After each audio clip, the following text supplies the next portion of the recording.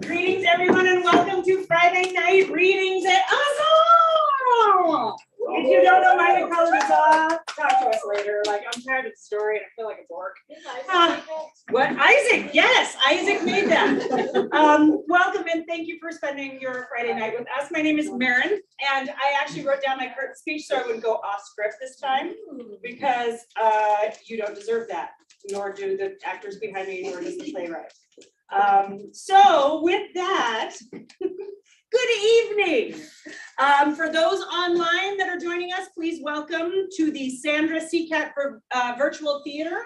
For those who are not online, welcome to the Sandra Seacat virtual theater. Virtual theater. Yes, we got that? Excellent. Our series is brought to you by the generous donation of Elizabeth Brondani to Theater Upstairs, which is AZAA's partner in our production arm of AZAA, in honor of her grandmother, Davida Brandani. Friday night play readings depend on donations. There is the ugliest, most beautiful purple hat outside. So if you leave and feel moved to drop a quarter or $250,000 in, we appreciate any donation. Nothing is too small. Just don't put the garbage in there. Cool? Yes. If you enjoyed the event, we are actually asking to, if you are not in a monetary way, believe it or not, we really depend on Google and Yelp reviews. I know it sounds weird, but it is the nicest kindness. There is no bad publicity in show business. So even if it sucks, that's still a really great thing. It doesn't, but you could like really embellish and give us a horrible review because that'll start stirring stuff. Yeah, yeah, I see you. Yes, yes. Challenge, maybe, accepted, maybe. We are going to take a brief intermission between the second and the third play, but our beautiful Andrew will guide you on that one. We do want to remind you that during intermission, our bathroom, the door needs to be shut hard before you lock it. I know it sounds a little cheesy, but that is very true. And those of you who are students here know that very well. Yes, there's a sign, but I realize it's kind of tiny. So just trust us on that one. This evening, we are exploring the 5 short plays of our very own staff member, Isaac Byrne. And he has titled the 5 short plays under the umbrella of Under the Dragon's Tail. Our artists tonight are Jackie, yes. Seacat.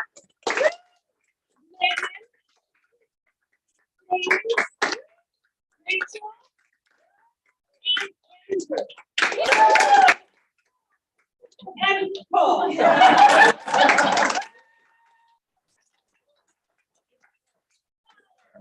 Thank you. He called me his mother figure earlier, so I think that was totally right in there. I mean, it's true and all, but I didn't want that reality. So thank you, Paul. You have been generous supporting us. I swear, I'm so sorry. The point of having Friday night readings is obviously we are not a polished, professional, well-rehearsed production yet, but this is one of many steps, and this is not the first step. Playwrights, if you are one, you know better than anybody that this is well deep into Isaac's process as a playwright. This is actually incredibly vulnerable, and we love to do this because artists love to be vulnerable. We would also love to encourage new playwrights because we know that tomorrow's Shakespeare and Laura Gunderson are just around the corner. So this is a way that you will hear Andrew speaking a lot of the stage directions concerning props and physical direction, and the actors reading the text. It gives an excellent perspective to the playwright to see what's verbally working in the text already. So this is about the middle of their process. Some playwrights decide, yes, these 3 are great, that stinks, that character's lovely or whatnot. But the beautiful thing about our Friday night reads is when we are all done, we invite those of you who are interested to hang out, and the playwright actually wants to hear from you. So we will flip the screen. We will literally have another camera on you so he can talk directly to you and you can give feedback on your experience here tonight. And that's pretty special. Not all readings have that aspect. And so we're really lucky to have that arm of the process. So without further ado, my darlings, thank you and welcome to Under the Dragon's Tail. Andrew, take it away.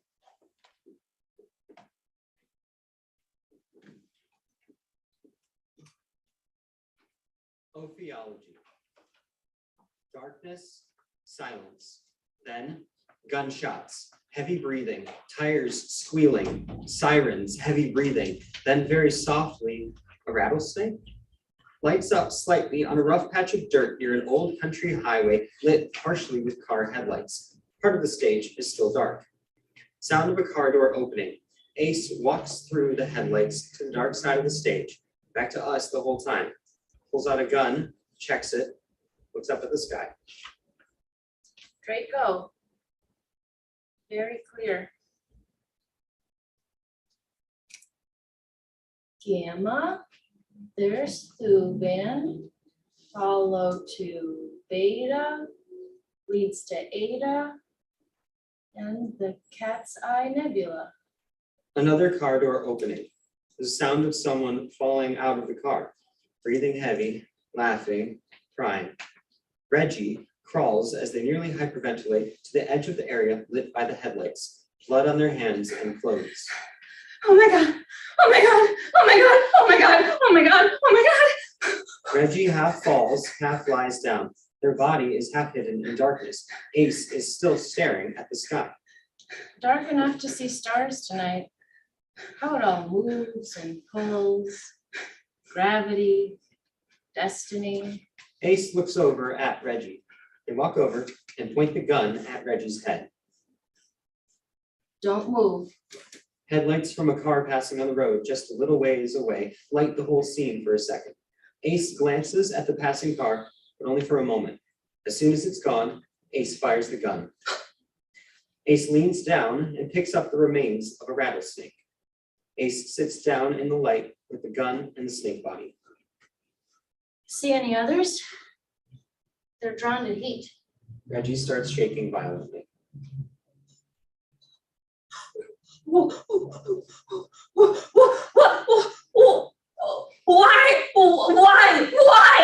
Ace quickly and smoothly wraps Reggie up in their arms, holding them tight in a loving but smothering embrace. I can't fucking Man. Ace grabs Reggie's face and gives them a single long, hard kiss.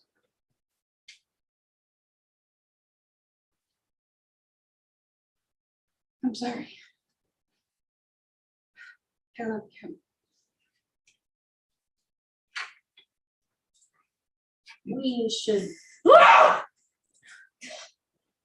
Jackie's dying. Ace looks down at the gun. Jesus, Ace. No. Ain't up to us. Game went bad, and here we are. Another pass of headlights. Ace stands up, looks in the direction of the scream, and shoots. The screaming stops. What the fuck? Ace walks off stage and comes back with another headless rattlesnake. Blew that one right in half. You see the head anywhere? Must have parked right on a whole nest of them. Look, these rattles are made of the same thing our own hair and skin is made out of. Hollow. Huh. Can't stay here long.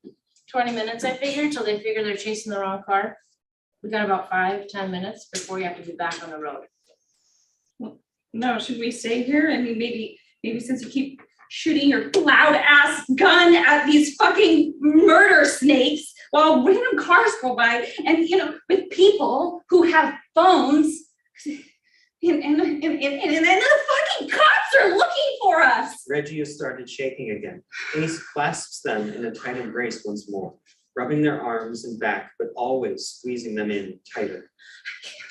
You're going off again. Stay calm. No one else. Just you and me. Rattlesnakes are mean, but only because they don't know any better. The rattle's just a warning that they're scared. Just the way nature programmed them. I got you, little bird. Reggie disentangles himself from Ace.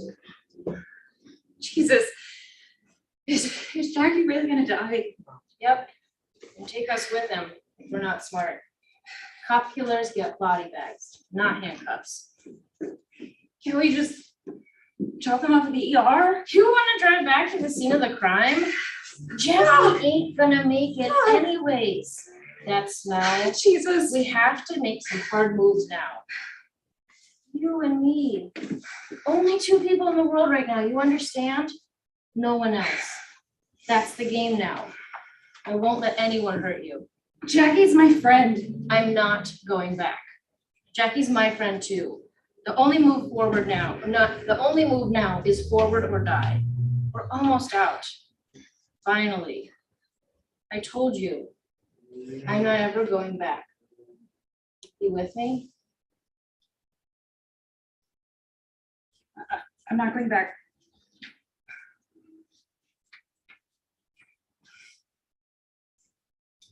I love you. I love you. Why can't you just say? It's you and me, little bird. Reggie looks into Ace's eyes, transfixed. Ace slips their arms around Reggie and kisses them. It's passionate but calculated somehow. Reggie almost gasps for air and then melts. There's the sound of a car door opening. Jackie crawls into the headlights and collapses. In the effort, Jackie sits up. Her midsection has been heavily wrapped in duct tape. Blood is seeping out. Jackie tosses a half-used roll of duct tape towards them and licks their lips. Leaking. Jesus. I'm sorry to disturb you lovebirds, but if you could give me another background, I would be greatly grateful. Sure. Ace hands the gun to Reggie. Watch for rattlers. Ace goes over to Jackie, picks up the tape, and wraps another few strips over the bloody section. Thanks, friend.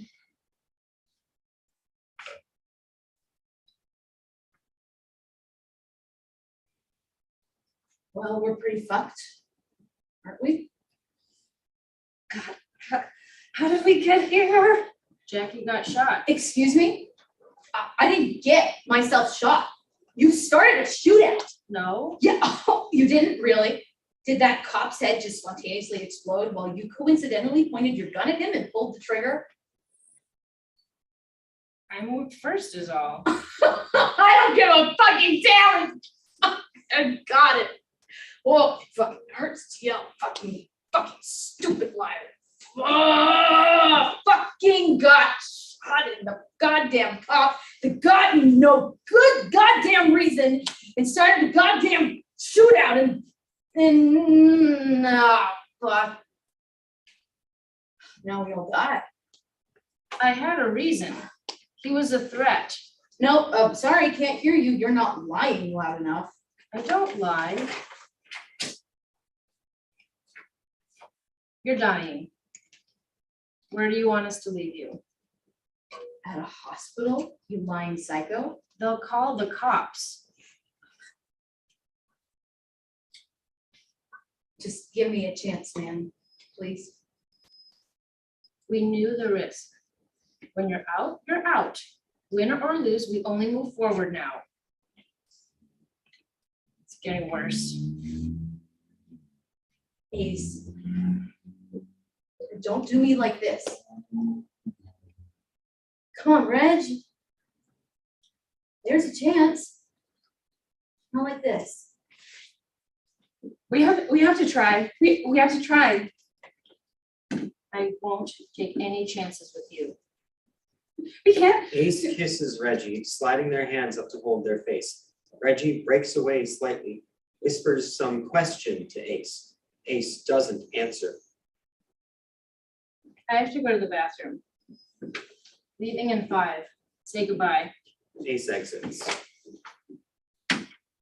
Psychopath. No. Yes. Shot that cop and now we are all fucked. Please. It hurts so fucking bad. It's a hospital. I want to, Jackie, but Listen, but you think that I'm already dead? Don't you? I am not dead yet. I'm sorry. I'm gonna die. I really don't. This fucking sucks. Smell of my own shit coming at me while you make out with that fucking psychopath. You know, I was gonna buy a little shack on an island and spend the rest of my life chasing mosquitoes and bikinis. I'm sorry. There's a note on my bed. Jesus, I'm close to getting out, and now I'm gonna be dead in another hour, aren't I? 60 minutes and the world fucking stops, doesn't it? Just blackness up ahead.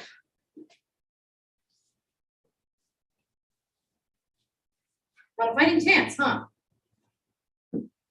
Fuck.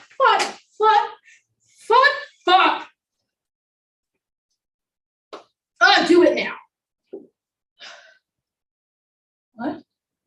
Before I lose my nerve, I want you to do it. You want me to shoot you? Jesus, Reggie, yes, okay, do it quick. I only got so much nerve. I can't shoot you.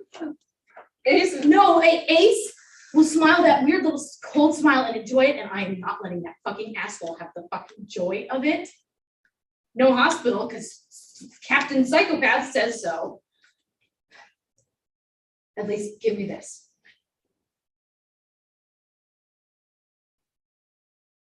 I always wished you and I could have. Damn. Okay, no hospital, just give me this, please. This moment, at least. Jackie, Don't let me die shitting my own guts out in a field with no morphine.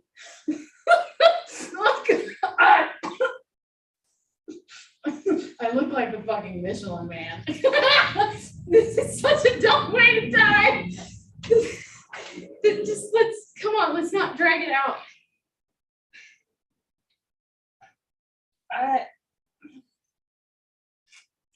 okay. Reggie points the gun at Jackie and cocks it. Wait!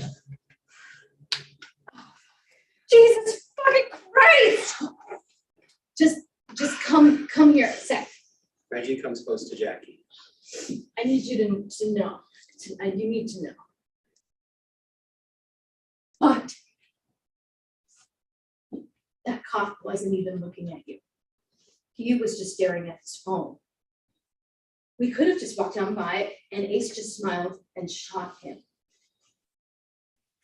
And laughed. What? Laughed. Okay, you should know who you're with. Psychopath. Liar. Sorry. But I'm serious. I'm deadly serious. God. Jesus, Jackie. Ace laughed. Yes. Jackie suddenly gives Reggie a quick, soft kiss. Reggie freezes and then pulls away. Jackie licks their lips. I always wanted, but you chose Ace. I thought maybe you should know. I'm worried they might, with me out, and then if you were gone too, there's a chance for me, at the hospital, maybe we, but you'd have to make them go along with it. But you have the gun, so what do you think? Give me a chance. Us. A chance. He's this is all just a game to them.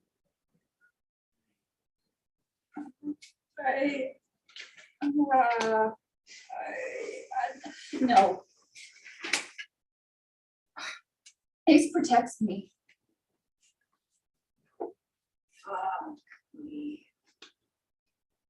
Yeah, well, you know, I don't let people fuck up my car or my shirt or my stuff either. Yeah. Jesus. Okay, fuckity, fuck it. Major choice, I guess, okay, yep. Oh, no hospital. Huh? All your taste is in your mouth, darling. Last thing you'll ever hear will be that joyless automaton's fucking laugh. Enjoy your fate. Mine's dead and done. Don't miss. Jackie lies down. Reggie starts to aim. The car's headlights pass by and Reggie stops to wait for it to pass. Reggie takes aim again. Ace re-enters. What are you doing? Exactly what you wanted, you faithless mental patient. Hurry up, Reggie. I'm losing my nerve. No, too messy here. We should move farther from the road. Oh my fucking God. Kill me. Don't kill me. Make up your mind. You're not thinking. We need this to be clean and smart now. Okay, if you two are gonna argue about this, could we do it on the way to a fucking hospital? Jackie lays their head back on the ground. I am not out yet, okay? It's not for sure. I could. Oh! Oh! Oh! Oh! Oh! Oh! Oh! Oh! Oh! Oh! Jackie sits up and pulls a decapitated rattlesnake head off the back of their neck and looks at it. Jesus fucking Christ. This fucking thing bit me. This fucking snakehead bit me. It can't bite you, it's dead. Right? Right? Ah! Ah! Ah! Ah! It's biting! Oh God, it's biting again! Ah! Biting! Oh! Ah! Biting is so fucking biting! Oh! Ace walks over and pulls on the snake head. Ah! It's stuck in Jackie's hand.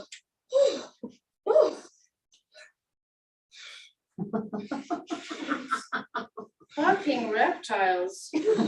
Always slow to die. Hold still. Ace extracts it and throws the snake head far away. Jackie plops down, dazed. Bit my fucking neck. Bit my fucking hand. Can't feel my face. Oh fuck. I can't feel my face. Ooh. That was a lot. It's cold. Jackie collapses. I can still bite when they're dead. The head can live on a while without the body sometimes. That's not fair. More dangerous then too. Scared. Shit, Jackie. Careless of me. I'm sorry. Jackie starts to convulse. Better go ahead then.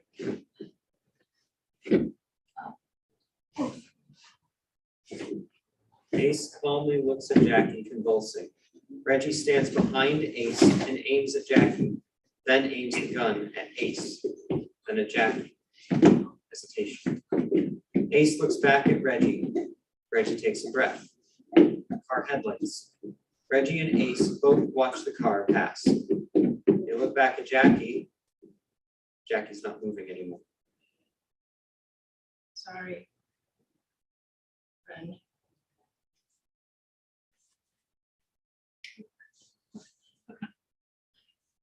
I messed it all up. I messed it all up, didn't I? Little bird. Ace wraps Reggie up in a big embrace. What a day. What a day in the game. I love you. I love you. Just you and me now, I love little you. bird. Just us in the whole world. Ari, you can't, do you?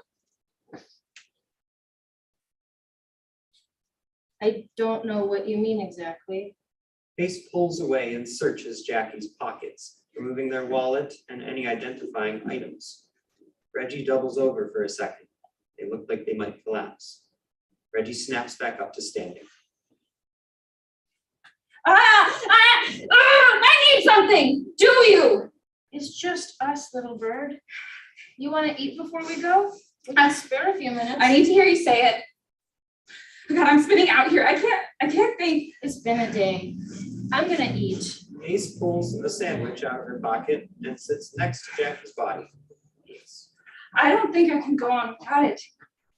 My head. Sit and rest a bit. We need to head west a bit more before turning south. You laughed. Jackie said you laughed. Why? Do you love me? I don't understand what's going on. I don't understand. You don't have to. Jackie's gone. Just you and me now.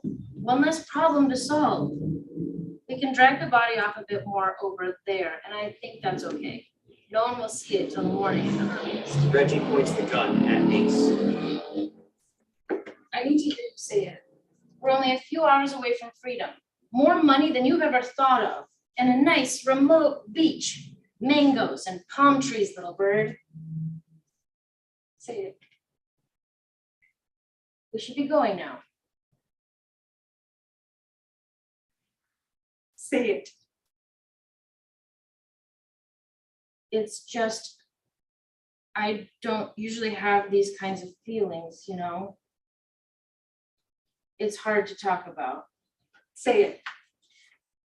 Lie if you have to. I just need to hear it. Say it.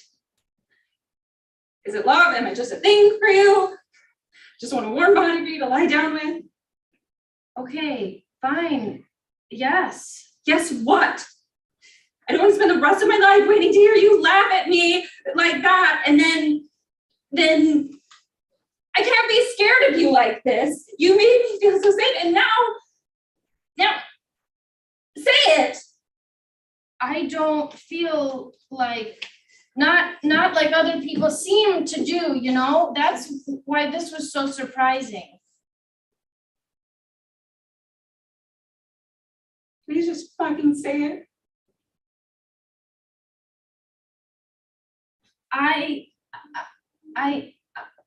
The reason I was scared. We were almost clear and I saw the cop suddenly right behind you. If they looked up and saw you, saw the bag, they could, and I got this strange sensation in my stomach, like I was falling, but I wasn't falling. I was just looking at this cop, and I knew that with a single move, a single word, he could hurt you. I could have got him after, or Jackie could have got him after. I would have been fine, still free. But you, my whole life has been nothing. No reason to care, no reason to be scared. But in that moment, I was mad. I don't get mad. You know, but this fear that something, someone, anyone, anything might ever happen to you, I knew I was gonna have to live with this feeling from now on. I felt like I was floating above my own thoughts and my own body. I wanted that to stop. Ace starts to slowly advance on Reggie. I knew as soon as I did it that it was stupid. I don't get mad. I don't get scared. My hand, the gun, they all felt like they belonged to someone else. It was all so strange and unfamiliar. Ace can't get any closer to Reggie while they have the gun still between them. That's why I laughed. Sorry about that. Ace leans around the gun to give Reggie a short, sweet, and very sincere kiss. You know, soon, so close, just you and me, little bird, alone, finally, all I've ever wanted.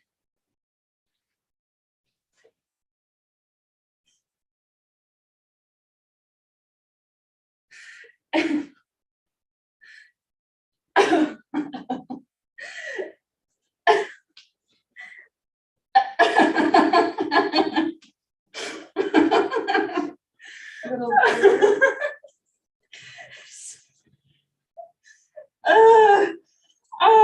I'm so scared all the time.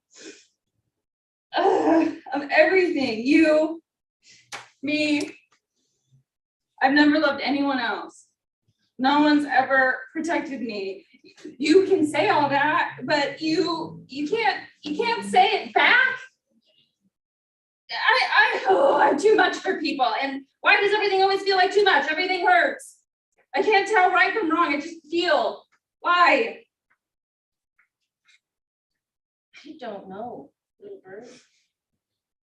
But I'm glad you feel.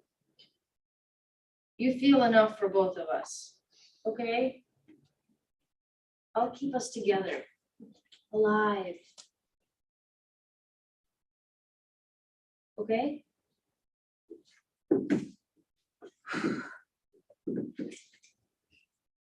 Thing is, I don't know how to lie.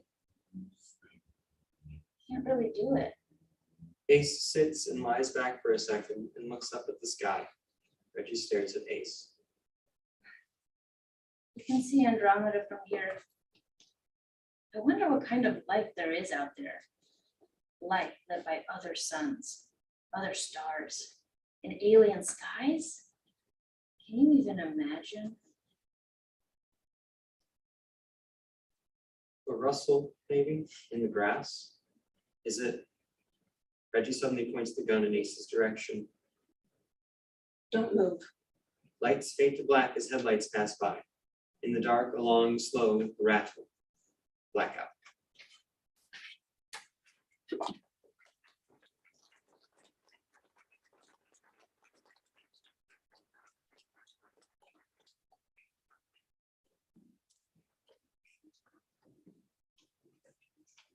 The golden fleece.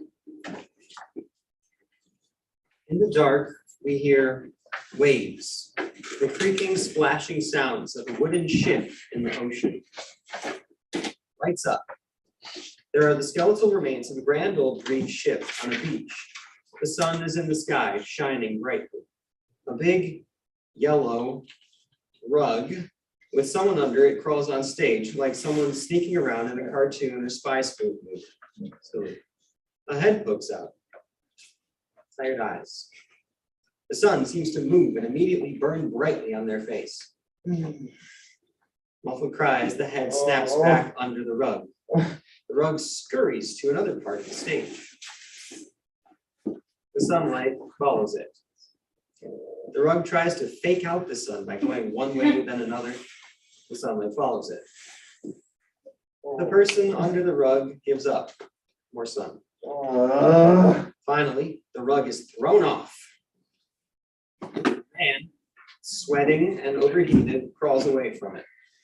He's distraught. He looks like he's about to pass out. He scrambles somewhere and curls up like he's trying desperately to go to sleep. He closes his eyes for a brief moment, then Please, no. seemingly great effort, he opens his eyes. He glances upward at the sky angrily. He gives up, slowly stands. He looks like a young athletic man in his 30s, but with gray hair and ridiculously long gray beard. Something like a professional athlete well past their prime, but the ghost of their former physical prowess still visible in them even now. He also looks like he hasn't slept in years. His clothes are ragged. There's a sewn-in name tag, but it's obscured with grime. The whole outfit feels like throwaway clothes, like a dad on the weekend wearing old work clothes to work on the hot rod in the garage. In fact, he starts to clean the ship. Great love and care, but so tired. His eyes start to close with weariness. He wets them with the washcloth. He notices the audience.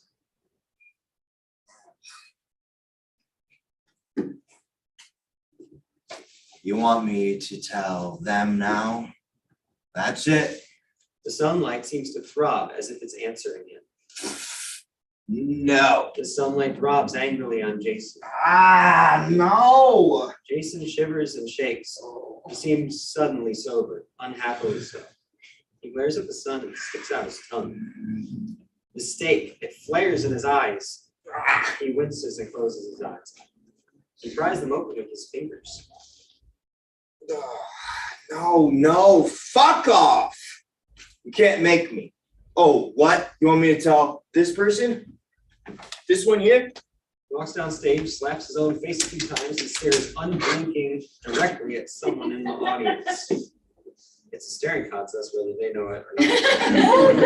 Ah, yeah! Anybody else? Come on. How about you? Let's do this.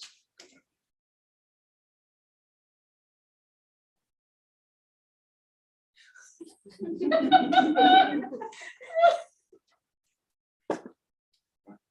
you can do this, huh? You're gonna blink. You're gonna blink. You're gonna blink. You're gonna blink. You're gonna blink. You're gonna blink. Oh, shit! Well, I got this. We can do this. Yeah, you next. Come on. Let's do this. I'm not gonna do it. I'm not gonna do it. I'm not gonna do it. I am not going to. God damn it! Ooh. You? Yeah, come on. I got you. Damn it! The little slip, the little sleep. That's when the fuckers get you. Do you even know who I am? I used to be a hero, Greek. Anyone? 10-year journey on a ship? I'm talking to you. Hello? Odysseus. No, not that guy. No. I did it first. I get it. He had a cool, and they named the whole thing after him. I get it. Orlando Bloom. Yeah, that's a little after, a little later. No, the guy, Orlando Bloom. He played the guy with the hotness. Brad Pitt? No. Hotness? Yeah. I have no idea. Achilles, Troy. Oh, Achilles, come on, really? Do I look like a psychopath to you? No, not that guy. No. Hercules. Anybody? Yeah, he's my pal, but we're pretty close, too. There were a few ladies of the night, I remember. But no, not him. No. Come on, nobody? Really? You are literally killing me. Nobody? No one took Greek mythology in here? Wow.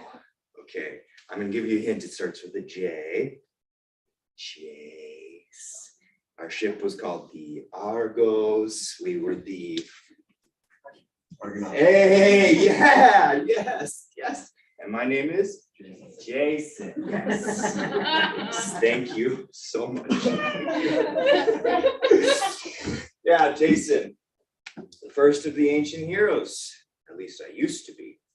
Don't blink, kids. That's the Argos. Sorry, girl. Just old faded memories now. A hero robbed. That's who I am. That's the story of the Golden Fleece. The sunlight on Jason gets intense. He tries to ignore it, swats at it with his arm. Stop it. He seems a very pathetic, self-pitying drunk of a man. Stop! Go away! He's sober again. He looks disappointedly at the flask. Can't even drink to forget what nobody remembers anymore. Ugh. Don't remember the Argonauts, huh? But you remember Medea. No, not that dude in the wig and the grandma dress. No. Medea, the mother who killed her own children when her husband left her for another woman. Anybody? You know this person? You do. Okay, good. All right. My wife, my sons. You remember hearing something about her? Well, Yeah. Anyone else remember hearing something about her? Okay, good, great. Stay frosty, eyes open. You're young and invincible and a legend, and then you make a trade. Our thoughts cloud his face. Nope, I'm not gonna sit with that right now. The sun seems to be getting in his eyes deliberately. You.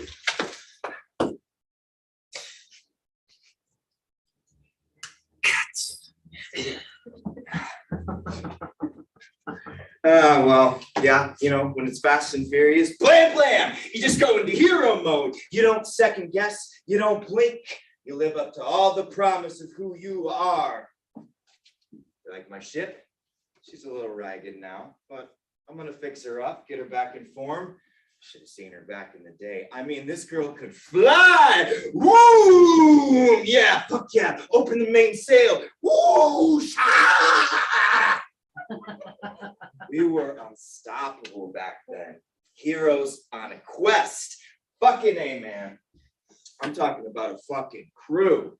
All that stuff Odysseus did, that Homer's always singing about, we did it first. And we weren't fucking dicks about it either. Odie, always showing off, doing dumb shit. You ever notice how most Greek heroes are actually like total dicks? Well, we weren't. We were good. All right. What if I told you the whole story? Yeah, and then you'd like actually know me and you would maybe remember me and someone would remember me. You did, thank you. Sunlight seems to throb affirmatively. Jason suddenly stands taller. He seems younger, nimble, able. The pathetic drunk is gone.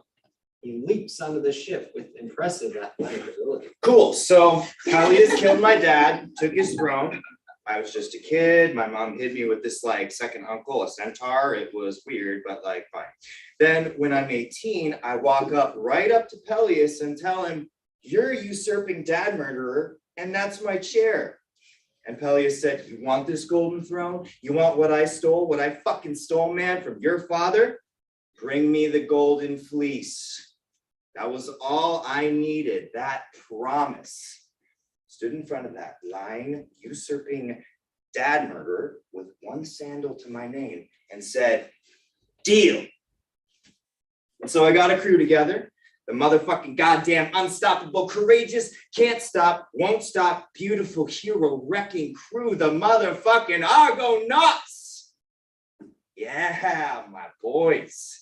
Acastus, Admetus, Athalides, Amphiaraus, Amphion, actor, cool guy, weird name, Enceus, Styrion, Argus, yeah, he built the sweet ride, Atalanta, Bootes, motherfucking Hercules, Castor, sweet overhand right, Pollux, Coronus, Clytius, Euphemus, Erginus, Erebotes, Aratus, Eurydamus, Golden Singing Pipes, Orpheus, Hylas, my motherfucking boy, Hercules, already said him, Idas, Idmon, Iphiculus, Iphitos, Leocun, Leodocus, Manetius, Calais, Mopsus, Echion, Halpius, Oileus, Palemonius, Peleus, not that traitor is piece of shit, Peleus,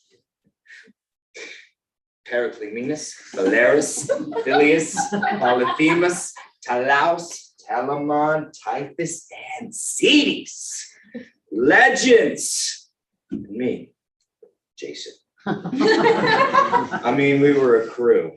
We fucking did what we came to do, man.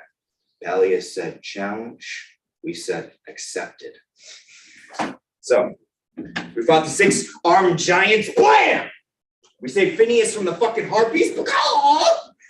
We escaped through the clashing rocks. Let that little dove go and followed it straight through like. Woo! No one can catch us. Fuck you, harpies. Woo! Yeah! Fuck you, 2 sirens. Woo! Fuck you, weird stone giant named Talon. Ooh, sorry, stinky ladies on Lemnos. We got to go. Ooh, fuck you, weird, nasty arrow featherbirds. Woo, blam! Finally got to motherfucking Colchis.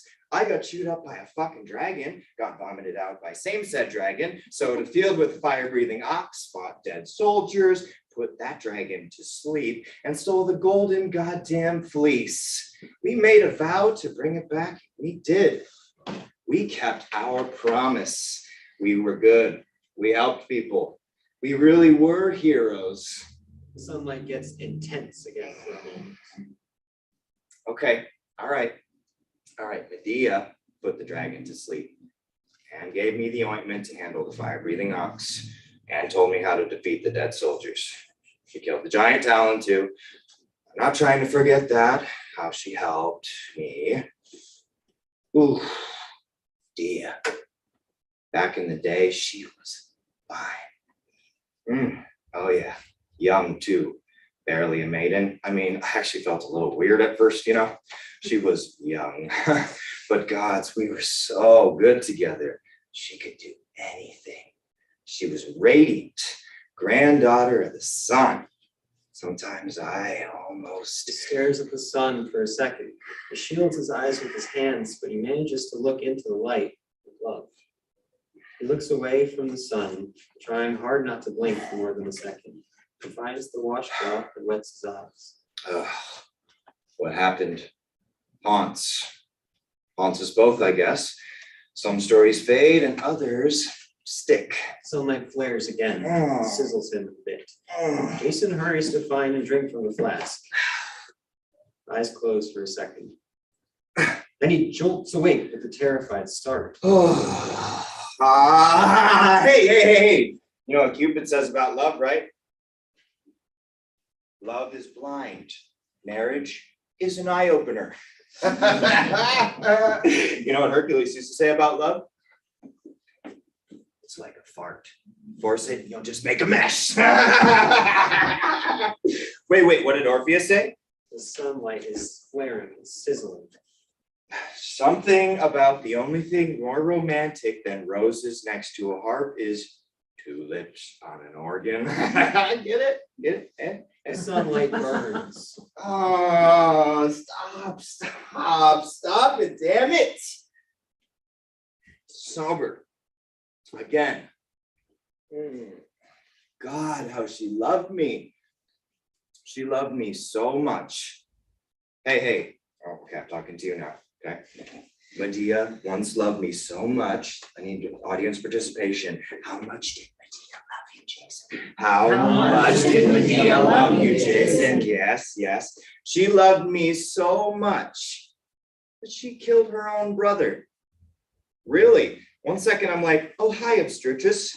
You must be Dia's brother. I'm Jason. Nice to meet you. And the next second, she's like, I'm sorry. I love you, Abs. And then fucking stab. Bam! Just like that. Then she starts fucking sawing him up. Threw pieces of him off the ship so that her fucking crazy dad would have to stop and pick them up and we could get away with the fleece. You see, the dead have to be buried whole to find peace. Dia wasn't scary, though.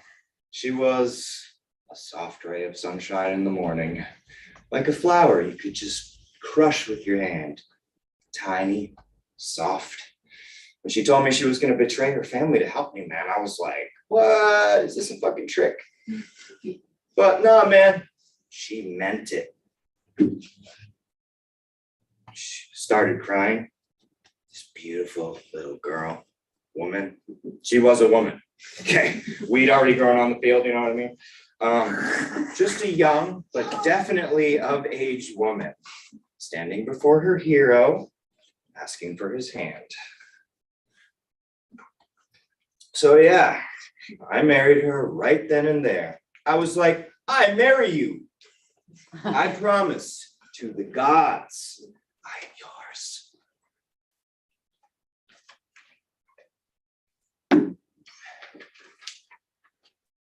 My friend actor, he used to say, women fake orgasms, men fake whole relationships. You don't really remember anything about the six-armed giants, but you remember hearing about Medea killing our children, huh? Gosh, what a trade. The sun flares. Oh. It hurts. It's drawing him out again. Oh. He tries to avoid it. Hey. I even married her again. We got caught by Medea's uncle on this island, and I was like, I'll try to come back for you. But man, the girl could cry. Whenever she thought I was gonna leave, like, that girl could cry. Damn. Forget me, Jay. I can't ever let you forget. But yeah, anyways, her aunt was like, marry her right now. I was like, okay, I promised myself to you, Medea, again. And she did too. And then her uncle was like, fuck, I can't separate a man and his wife. Boom, double married. It wasn't even the end of it, man. We had to go to Circe, who, by the way, did not turn us into pigs because we weren't already fucking asshole man pigs like Odysseus's dumbass fucking crew. We were the Argonauts, respectful. Circe saw that we were cool. Anyways, Circe married us again. So yeah, been married 3 times, 3.5 actually. Yeah, fuck. The flask is empty. I can't, I'm sorry. It's So he rushes to search the ship for a bottle. He refills the flask, empties the rest of it in his mouth. fuck this shit. I don't have to close my eyes. I don't have to close.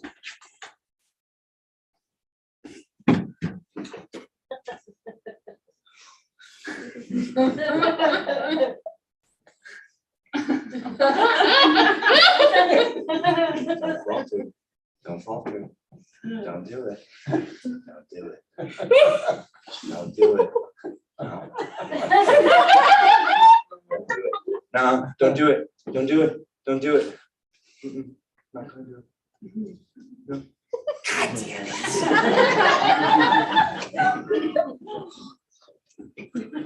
Some bullshit.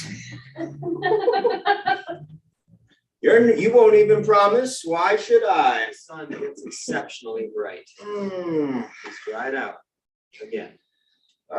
You won't even let me get drunk. This is bullshit. Not what I signed up for. Why should dumb ball of fire in the sky make all the decisions for me? No, I defy you. I should at least. Okay, fine. Fine. Ooh. You wanna know what happened? I brought Peleus the golden fleece, laid it at his feet. He took it. I said, give me my throne. And he laughed in my face. And I just blinked. I was so confused. Take on this insane task, travel the whole known world, no money, no per diem, put it all on the credit of your good name, fight all the impossible monsters, be a hero, work weekends, kill anyone in your way, and I promise you at the end, this golden crown, this golden throne, your whole golden legacy forever sealed. That was the promise. The fucking promise of my whole life. And then he just went back on it like it was nothing. The whole thing, the golden fleece, was a con job. I didn't come out of the cabin here for 3 days. And I didn't tell Medea to go kill Peleus either. Sunlight flares. I didn't. I was just like, why do rich people just get to do whatever they fucking want? I'm not saying I want to kill him. I'm just saying I would celebrate his death. You know? But we didn't. I mean, okay, Dia tricked Peleus's own daughters into killing him. Yeah, on her own recognizance. Honestly, man, she just like saw the opportunity and did not fucking blink at murder. Sunlight flares. Okay. All right. She did it because she loved me. But the people don't like an ambitious, clever woman or a hero who hesitates. Peleus's betrayal, that went by like, whew. I mean, we alerted the media. It was the big story in the local Herald Scrolls, the daily Eolcus Oculus. Golden sham of a scam that Peleus ran on Arium man for the skin of a sacred ram. Great headline, right? it was a big deal for 24 hours, because the next day, the story about Peleus's bloodstained, crying, idiot daughters running through the temple, ripping their bloody clothes off, running around naked, screaming, "Duh, the she-devil made us do it." Yeah, that was the story that won the news cycle. So we had to flee to Corinth, the trailer park of fucking Greece, man. Medea was fine. She was busy taking care of the kids. She was like, "We got each other. We'll figure it out." But I couldn't do it. I just looked at her, dirt on her face, cleaning two crying little boys wearing rags, and me, helpless. What was I supposed to do here? Work construction? Bartend? They fucking promised, man. I did all that shit, all that fucking crazy hero shit with a smile because I was gonna be king. They promised. So when I went to Creon about a job, I don't know what I thought, but he offered me the throne of Corinth and his daughter Glaus. It was a throne, gold-ish. And you know, man, Glaus, she was pretty, not like Dia, but she looked at me like I was a hero king. The way Dia used to look at me, the way I used to. This little voice in me said, "You promised. 3 times you promised. He is asking you to break a sacred vow for a dollar store throne." I opened my mouth to say no, and I said, "Yes." I fucking blinked, man. I was Jason, man. I was the hero who held the golden fleece in his hands and laid it down right there on the deck of the legendary Argos and made love to the granddaughter of the sun on top of it. The hero Jason, who was betrayed and robbed of his birthright. I really, really, really wanted to be a king, man. Dia cried. I told her everyone's doing it. Polyamory, man. That's the future. Open relationships, no walls, no strings, just love. You know? Honest, open communication and love. And she was like, "Oh, communicate with me then. Honestly, did you fuck her? Did you fuck her already without asking me, your thrice promised wife? Did you already decide what we were going to do?" I don't know why I lied to a woman who was part God. I laid all the pros of Creon's deal. I get to be king. Our boys are taken care of. She gets to live in this really nice apartment, basement, but lots of light and airflow. Good deal, you know? But when she said no, I mean, if I went back and said no to Creon, he'd literally kill me. Because, yeah, me and Glaus already, I was already fucked, like literally. So I was like, no.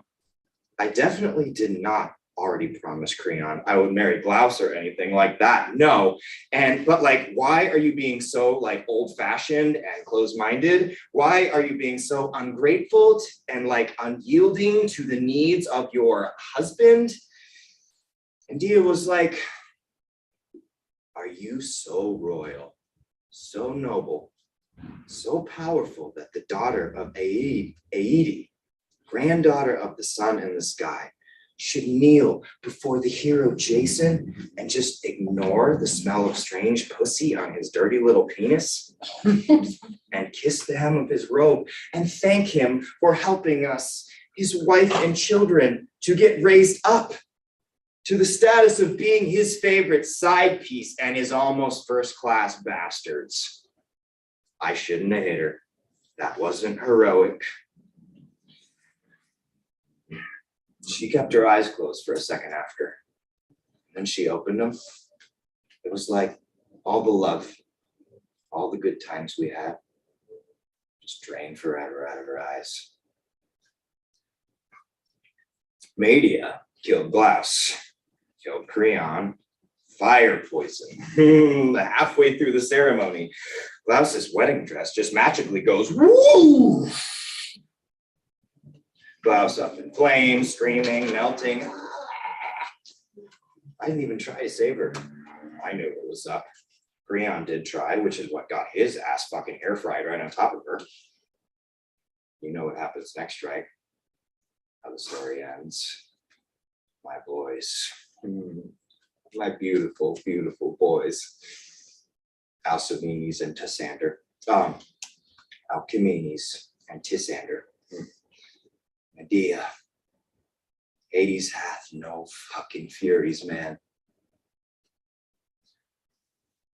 You have to admit, it is kind of funny what people choose to remember. The sunlight flares. I'm gonna tell him. I will, I promise, I fucking promise.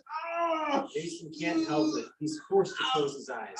He's pinned like something terrible is in front of him. Please, no. He opens his eyes. No. I promise. The first story that actually circulated was an accident, you know. Alcimides and Tassander actually accidentally got into the fire poison or something, just a bit of bad luck. That wasn't it. The next story was that the people of Corinth, like they were crazy rioters, so mad that Medea killed their king and their princess that they killed my boys. I mean, at that point, Dia had a reputation, you know.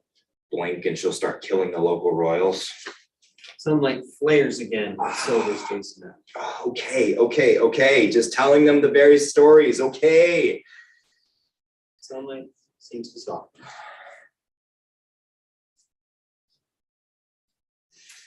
The other story was that we were fighting over them as she was climbing into her golden winged chariot, that I couldn't stand the thought of her going to live with some other so-called king, and that he would raise my boys and they'd call him dad. I'd just be stuck here in fucking Corinth, like it was me all along that was holding us back. She could just remarry. She was upper class, man. Lots of dudes wanted her. Just some dead bratty ass so-called princess in this fucking mud colony wanted Jason. Old fat Jason with his broke ass boat. And who cares what Jason did? I mean, it was Pollux who won that boxing match. It was Hercules who killed the 6-armed giants. It was Orpheus who outsang the sirens. It was Zete and Calais who fought off the harpies. And who the fuck was Jason anyway? I knew what they were saying about me. Didn't Medea do all the actual work to get the fleece? What did little one sandal poor boy Jason do? Take an ass whooping from his first try at the dragon? Guess he can take a punch like a hero, but what else did I have left for her to take? No. I was first through the gate, sword in my hand. And when I saw her, knife in her hand, in the golden chariot pulling the boys in, I tried to grab Alcimides and Tessa, the other one, but they jerked back from me. She had poisoned them against me. I was gonna lose them, my boys. And my hand tightened on my sword and I blinked.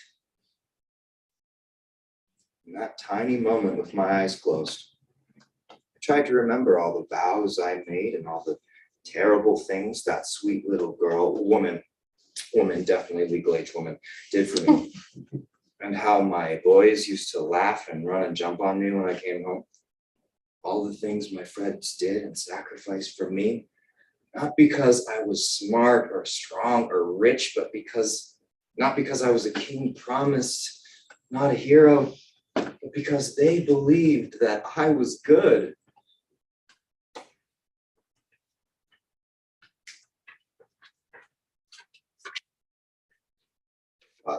Eyelids lifted, and all I saw was the enemy who ruined me, just out of reach in a golden throne flying away from me.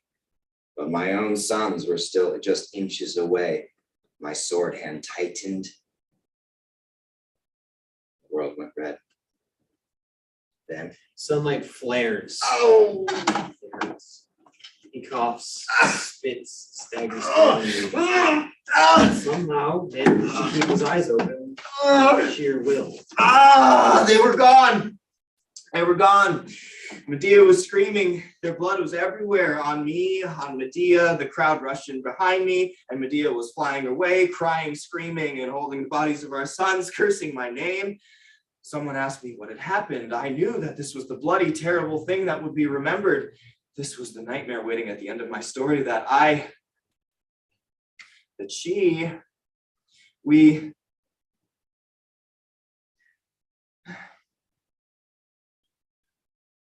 And what do you remember? The hero, denied his reward, forgotten veteran of foreign wars, betrayed by his own country, exiled into poverty, who turned on his own family? Or the scorned woman, the witch woman, so jealous of her husband's hot new younger wife that she kills her own children? What story did we choose? Which story is easier for you? The sunlight intensifies on Jason. Oh! It sizzles. He stands in it and defiantly burns. Jason is getting cooked. Oh! We all have our little revenges, Tia.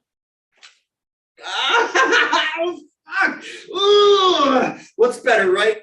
Historically, to be forgotten, right? Even if you can't close your eyes and not see, just once, just for a moment, just to rest without, oh no!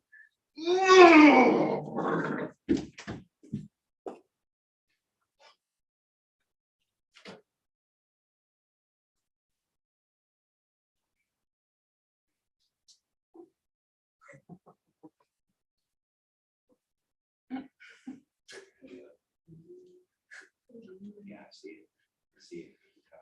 Okay. Well. No. I can still see their eyes. The wide, wide eyes. Please. Please, no. My voice. Sunlight softens. Jason notices, but he seems a broken, pathetic man again. Yeah. I'm Jason. Just the guy that used to be a hero. He goes to the main mast and rubs it level. He nearly empties the glass. Should have seen us, man. Jason and the Argonauts. Heroes of the Golden Age. Full of promise. He grabs the ratty, ugly, dirty, yellow rug, strokes it.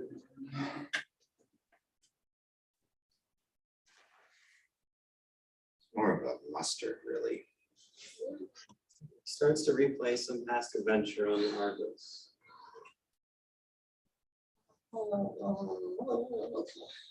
The sun sets slowly. In the dark, the sound of a ship sinking under the waves.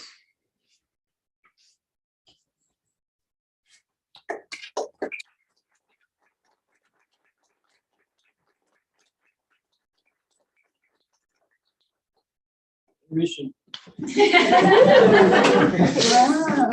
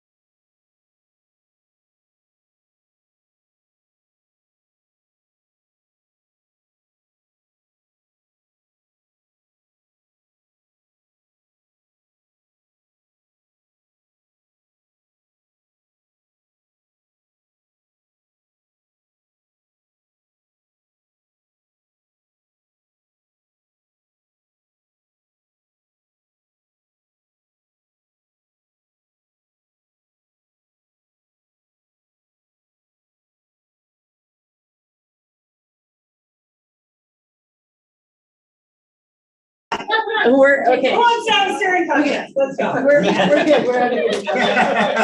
Whoever wins gets. You never invite an actor to stall. Are you kidding? Yeah, I was like, I have some bits I could try. Here we go. Yes. Yes, and now I'm standing way too close to Andrew right now, but I feel like I can't back off of that. Stand way too close to Andrew right now. Make a choice, intentional choice. Yeah. Shal, would you like to come and sit with us? I mean, there's one extra chair, there's some couch that. Oh, well, somebody might be in the couch. Okay. You can sit in Jackie's chair, you can be official. Oh, wow. Yeah. Shal's like, hey, Isaac, how you doing? I'm a director here now. How many of you are here for just snacks? Yeah, okay, good. Yeah, all right, good. How many, this is your first time in AZAA? Oh, what? Oh, that's awesome. How many of you do we have to thank for helping us set up today? Yes? Come on. Yes.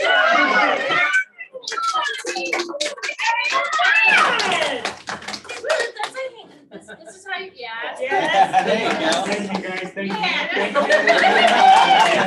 I was like, wait, where's the beautiful person in the white shirt? She's got a sweatshirt on now. That's a hand raise right there too. Yes, thank you. For a long time. Am I done stalling? Yes. Okay, yeah. Okay, turn some lights up. Don't mind me.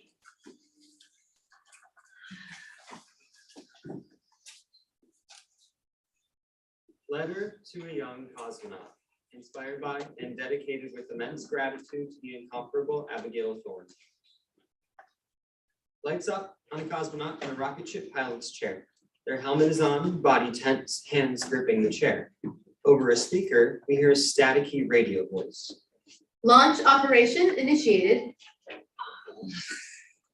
Godspeed. The cosmonaut frantically hits various buttons on their helmet in the chair. The sound of a mic clicking. Wait. I know it will be a good one. We are a go. Hold, please. Automatic sequence. All go. Wait. All systems are go. No, thank you. T-minus 20 seconds. The cosmonaut grips the chair in a panic. Watch your deviations from red line values on temperature and pressure. No. Continue to build up pressure in all 3 stages. Internal guidance engine takes. Pressurized. I don't want. Not now. It's happening. No. Sounds of rockets firing. We have liftoff.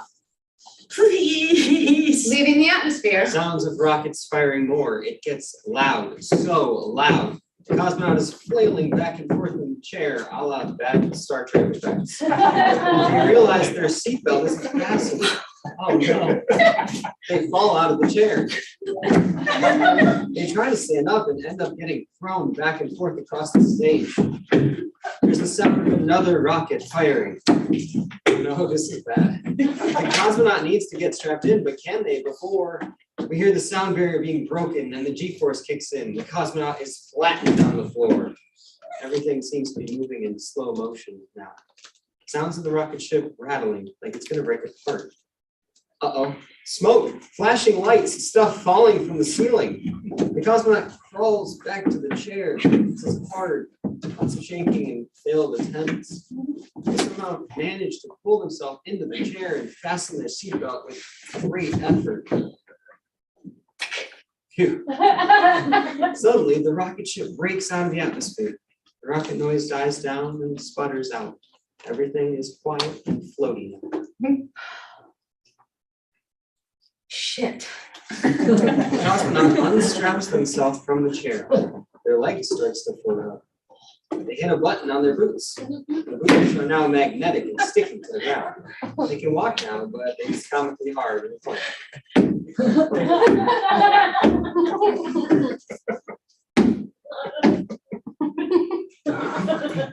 Control? The cosmonaut hits a button trying to radio control. Nothing. Static. Then a high-pitched sound that slowly modulates into the deep bass sound of slow, garbled voices. The voice modulates into an understandable tone. Destabilized. You hear me? Breaker, breaking, broken. Can you hear me? Can you hear me? Am I making sound? Is there sound? Is there a sound? Is this a sound? Hello? Am I making sound? Entering radio silence. Good luck. Cosmonaut pulls off their helmet. Shaking, can't seem to breathe.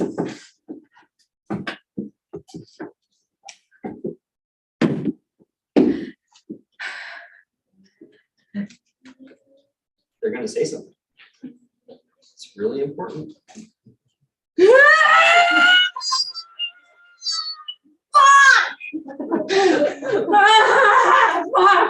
Oh, it's hot. It's very hot. Oh, everything's shaking. The pressure is, I can't think. Oh, God. I've left the earth, my life. I've left my wife.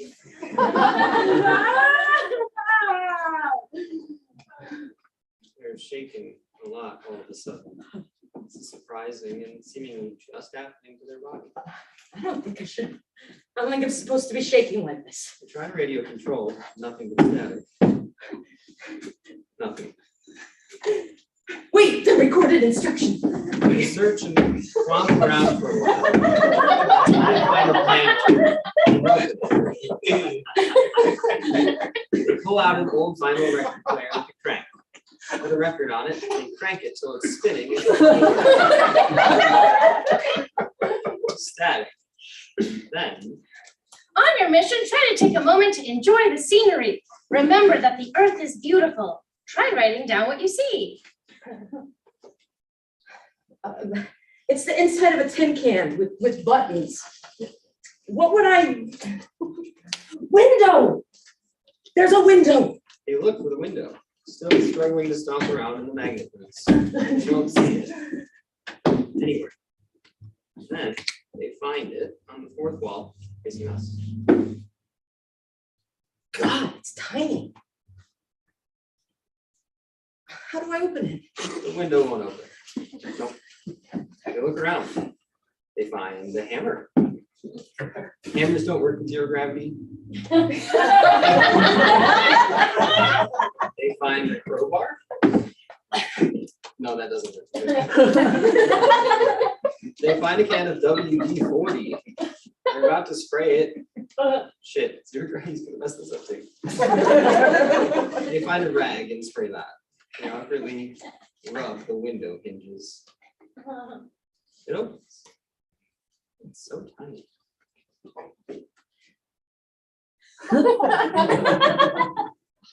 Is that Earth? I can barely see Soak it. in the beauty. Ah, fuck. What the? Okay. I can barely see it. The Earth. The beauty of the world.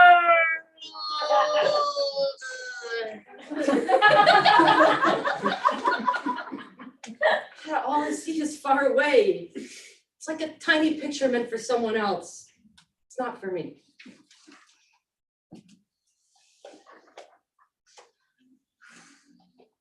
Stare, stare, stare, stare, stare all you want.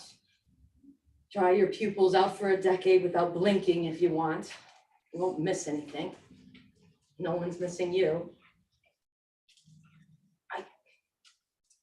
I can't see anyone seeing me. Radio silence.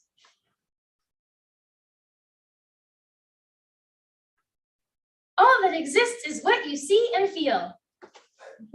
I'm literally surrounded by a void. It's scary.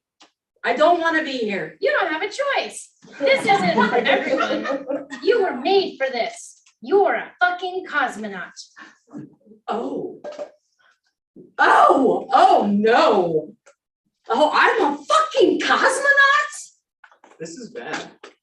They start to rock and rub their arms. Suddenly, they need to touch the walls and anything around them.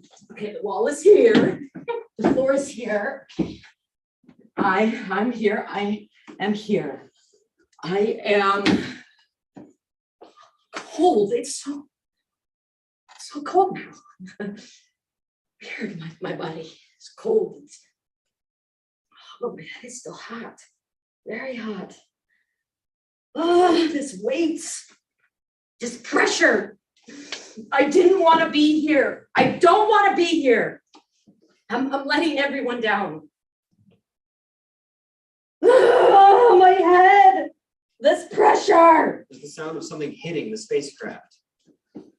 Susan? Another something hits the spacecraft. Oh, A piece of the spacecraft falls from the ceiling. oh God. Susan, is that you? A lot of things are suddenly hitting and rocking the spacecraft. Susan, I can't reach you. I'm breaking up. This is real bad.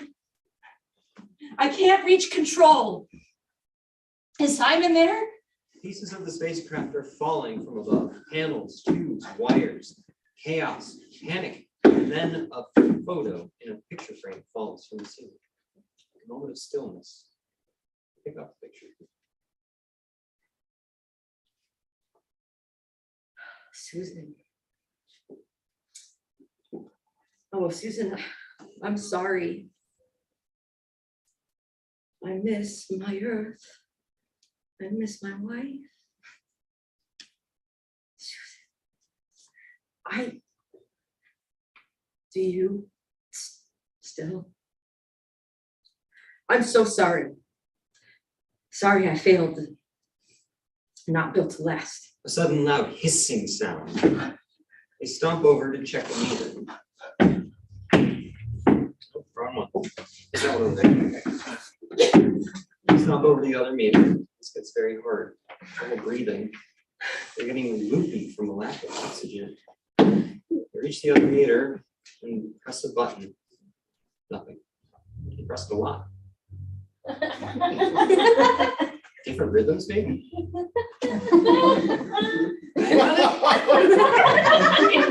Wait. Maybe if they open this panel and try pressing this thing inside the panel, then they press something very carefully inside the panel. Alarm goes off, flashing lights. The alarm switches to quiet, but it's still persistent beeping. Oh no. Bad. I'm going to die. Walk over to another panel on the other side of the stage. Real bad, guys. Not good. Not good. I'm not good. A fallen hose is shooting smoke out. They try to fix the hose. It's not easy. They get tangled up in it. Pressing buttons, not working. That's so bad. Real bad. My chest feels like it's collapsing. In.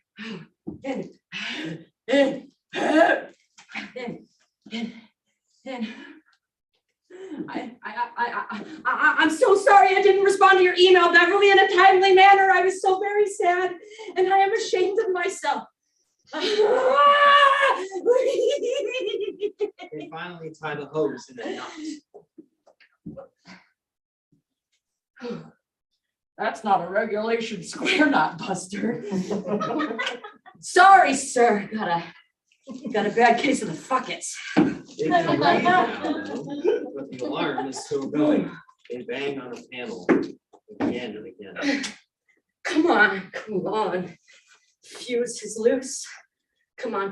Just need connectors. Come on. I'm sorry. I'm sorry. I never said sorry to Simon. You didn't deserve that. I just couldn't scrape up enough blood and energy to care about your holiday party, and I'm sorry that you hate me now. I just couldn't. We final bang on the panel, the alarm stops. Breathing is easier now, but they're still dizzy. Ooh. Ooh.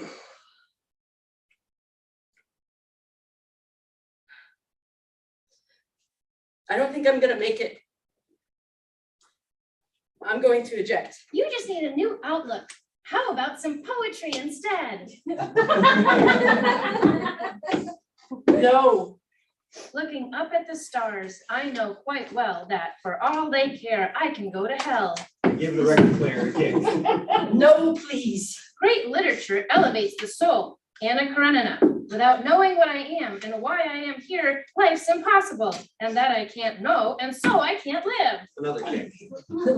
No, thank you. Shakespeare. As if we were God's spies and we wear out in a walled prison, pacts and sects of great ones that ebb and flow by the moon. I defy you, stars. My father compounded with my mother under the dragon's tail, and my nativity was under Ursa Major, and so it follows I am. 1,000 times no. Beware of Leos and Scorpios. Saturn, squared by Mercury in retrograde, brings tidings of when the moon is in the seventh house. I should eject. Do not eject. Try to remember how much this mission means to your loved ones. Susan doesn't love me anymore. She saw me struggling to do what everyone else does automatically, and that my bones are brittle and my heart is weak, and everyone was looking at her with pity because she chose me, and every collapse feels like I'm just a little bit closer to the end. Maybe it's just your blood sugar. Eat something. Not hungry. Everything tastes like ashes. Call your mom. Call your dad. Family. Thicker than water. I'm not calling my dad, and you can't make me.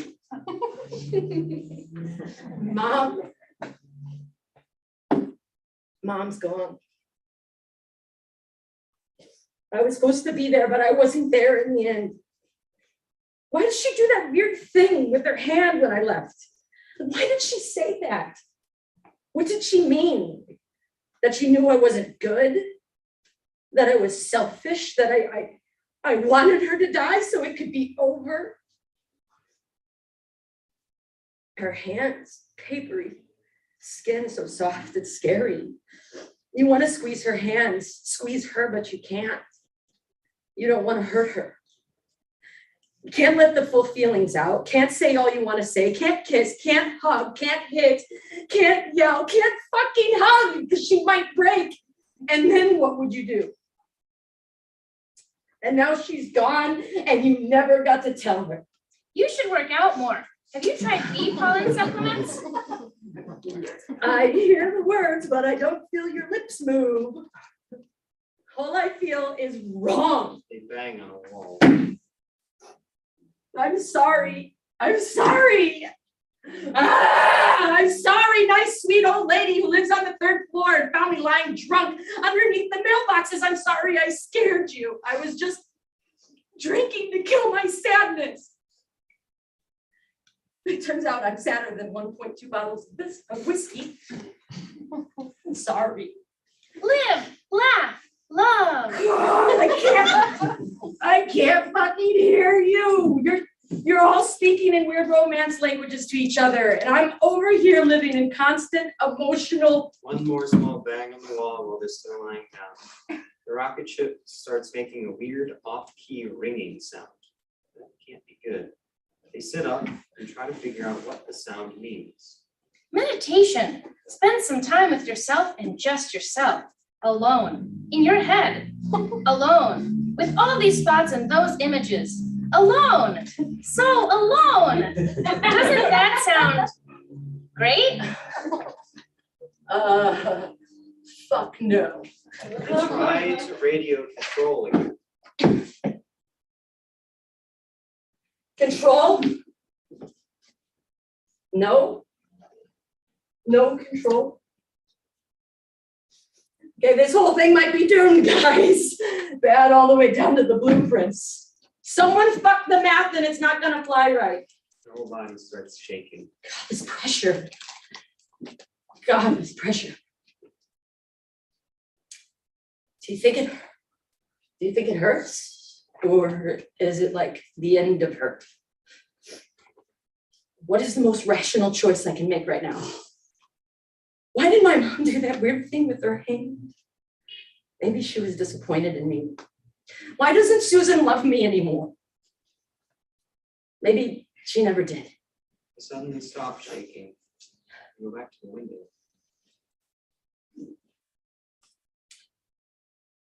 This distance between us, for so long I thought maybe nothing I can do can ever make me happy, but you could, with a word, with a look, a single nod even.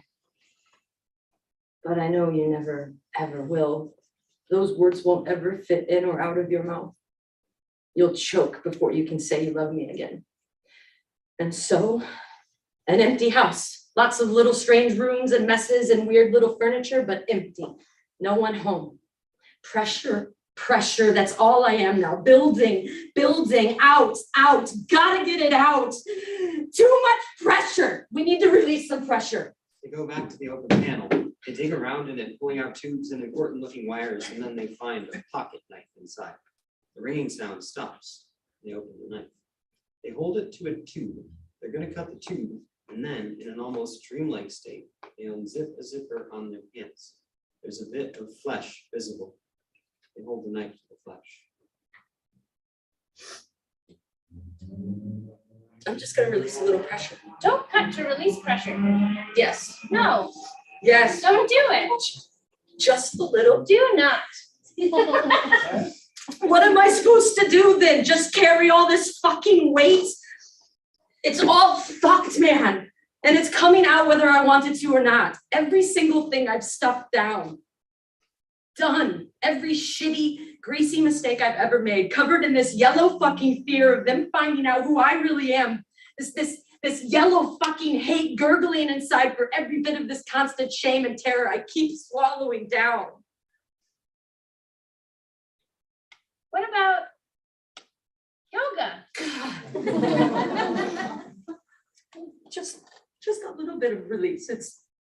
It's coming out. It's got to get out. Otherwise, I'm gonna just explode and cover this stupid fucking ship, broken ship, with shit and sickness. It's all just sitting in me. I'm bad.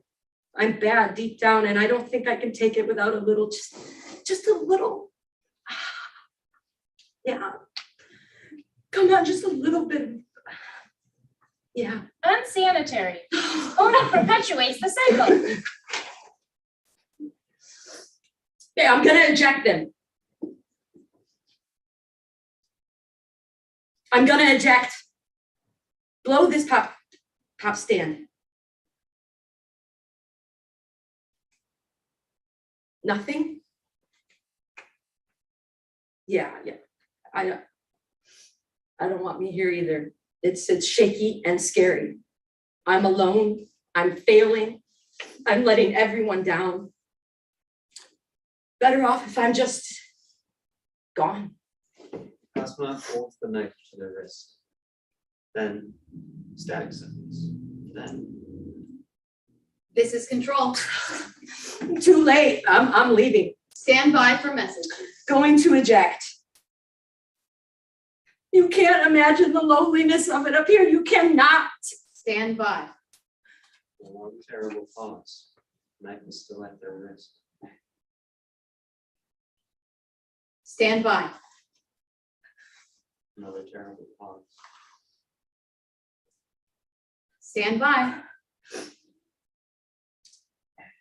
Whatever is out there, the undiscovered country of it all, has to be better than this. I'm sorry, I just need this all to stop.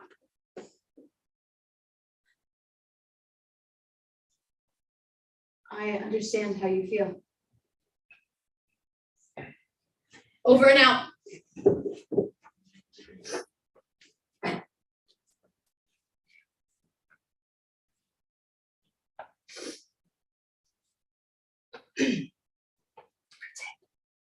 Pretend, no pretend.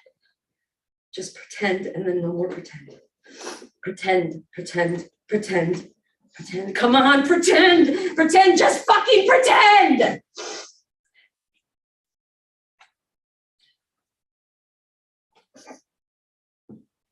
I'm making it up and no one cares because everyone knows it's all pretend. They close the knife and set it down. They walk over to the window. The house lights come up on the audience.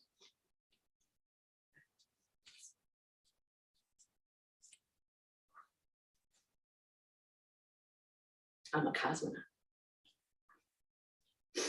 Yeah, silly, but just pretend with me. Cosmonaut.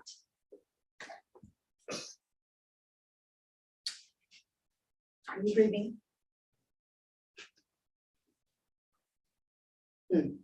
Anyone else?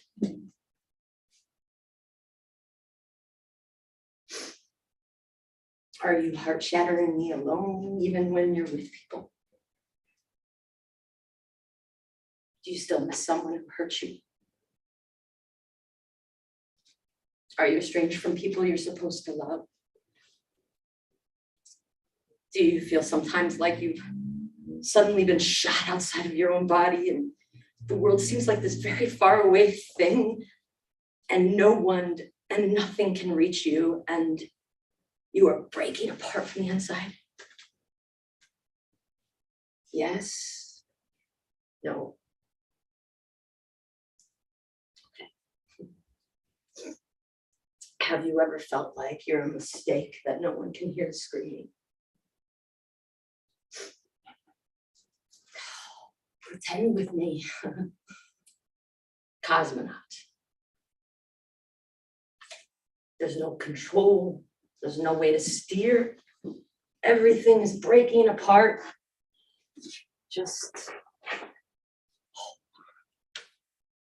hold on. The ship might be falling apart. It's hot, it's shaky, and you don't want to be here. And you're about to do something irreversible, but instead just strap in and hold on. Pretend. Get sneaky. Fake your own mental moon landing. One small moment in your mind, one giant leap for a real fucking rough patch. Oh, I'm not quite ready to leave this party yet. No, this is not life. This is not life. No one lives up here forever. They go back and strap themselves into a chair.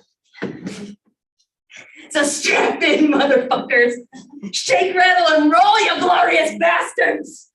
Cook me like a fat sausage on the grill if you have to. Suck the air out of my lungs till my eyes pop and my insides collapse and explode.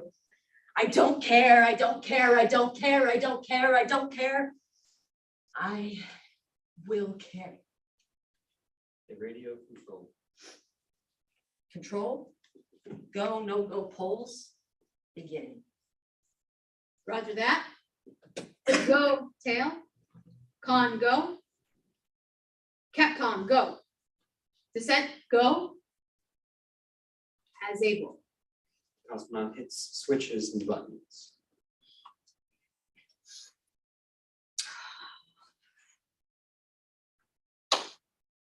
The earth is beautiful.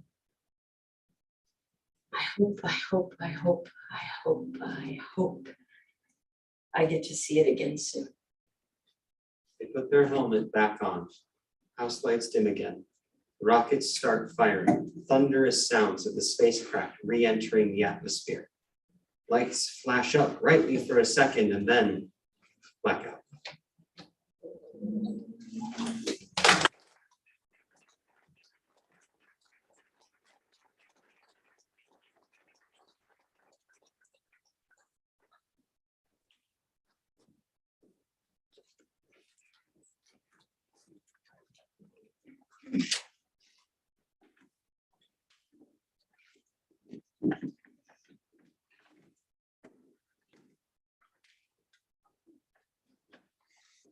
One, two, three.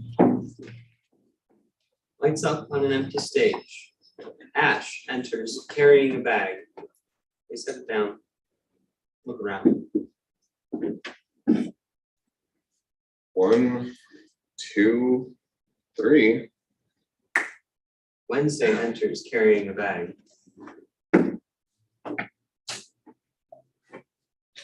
Hi. Hi. Suppose we should just get on with it. Yep, I suppose so. So, who? Wednesday starts digging in the bag. It's all somewhere. First, I guess it's what? Ash starts digging in their bag. Or who? I have a something. Definitely. Somewhere. I know it's in here. I could have sworn. Oh. Wednesday pulls out an old banged up teapot and sets it between them. You Doesn't prove much. don't think so? It's poetic. Don't you see? It doesn't add up to much, really. I mean, philosophically, I don't really see it. A brief staring contest. Wednesday pulls a container of guacamole out of their bag and sets it down like a challenge. Maybe it was the silly lingerie I bought to make you come home. Ash pulls a cat carrier out of their bag and sets it down like a counter challenge. Maybe it was the silly mustache I grew to make you laugh. Wednesday pulls out an empty bottle of gin. And then you didn't. Ash pulls out an electric razor, And then you didn't. Maybe it was after we made love. a cowboy hat, Maybe it was after I made love to you and cuffs, And you said nothing. a plush stuffed animal, and you went to sleep on the couch plastic fake heart. Again. again. During the following section in this order, Wednesday pulls out a kaleidoscope, a broken bowl, jewelry, and an English to Chinese dictionary. Ash pulls out a train track signal switch, a virtual reality headset, box with a big beetle on it, and a bowling ball. Maybe it was when you asked me if I thought it was all worth it, and I said I didn't know. And I thought, this is the night I am finally unmasked as the lucky but unworthy one. Maybe it was when every argument you couldn't win ended with you going into the other room to break something, and I knew it was me that you wanted to hit. And the sounds felt like they were getting closer and closer. Maybe it was when making you shiver, shake, and cry out with delight suddenly meant nothing, and less than nothing to you. And could I take out the recycling in the morning? Maybe it was when I realized nothing I ever did would make you forgive me. Maybe it was when I got on my knees and begged, and your face was a blank, but your eyes said, not a chance, Buster. Maybe it was when I realized that I probably wasn't going to forgive you either. Maybe it was when I started mistaking kindness for sexual interest in other people. They leave the bags and slowly advance toward each other like they're about to wrestle. More voicemail? The happy birthday water bottle? Money? Money? Your joint savings? The trip? Your mother? Your sister? Sex? Money? Sex! No sex!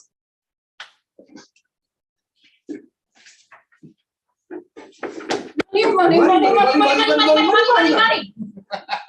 Wednesday grabs the teapot and forces it into Ash's hands.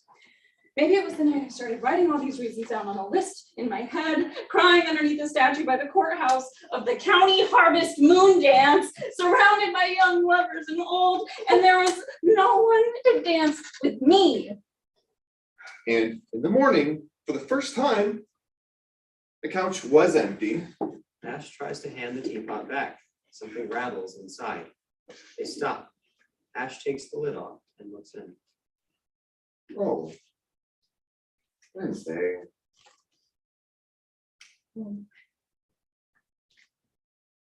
Maybe it was 7 years before. Still dancing on Sunday mornings.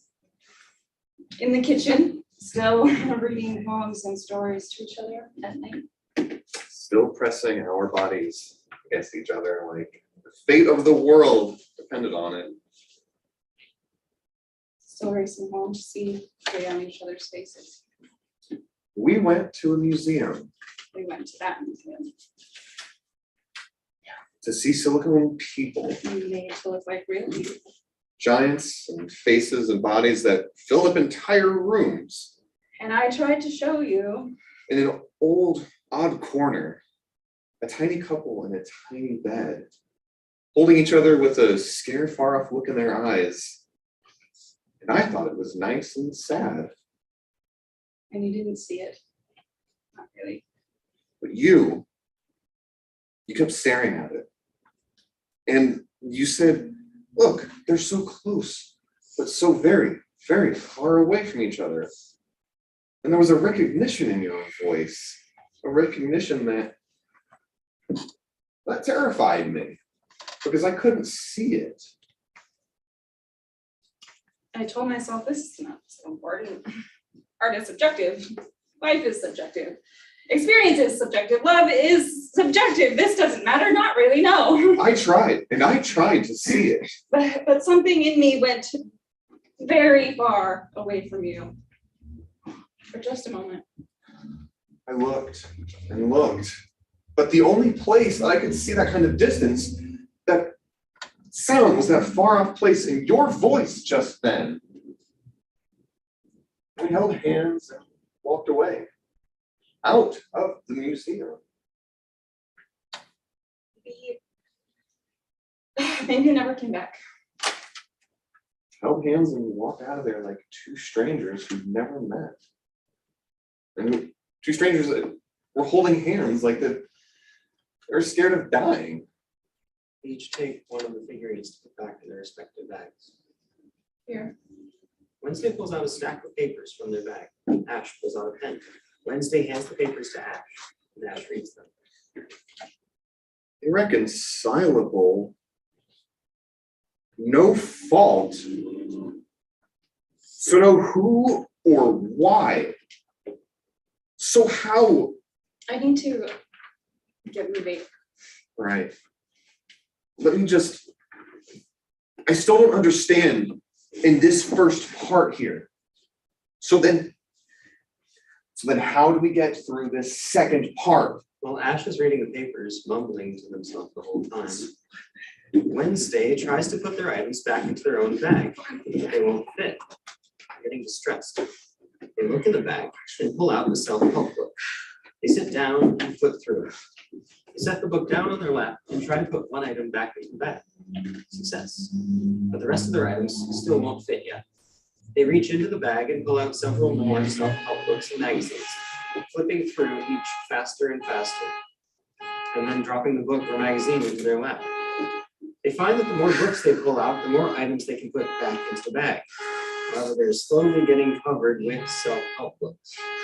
Okay, so 1, 2, and then we were sleeping in separate rooms, huddled under other blankets, quiet, teary conversations with strange, to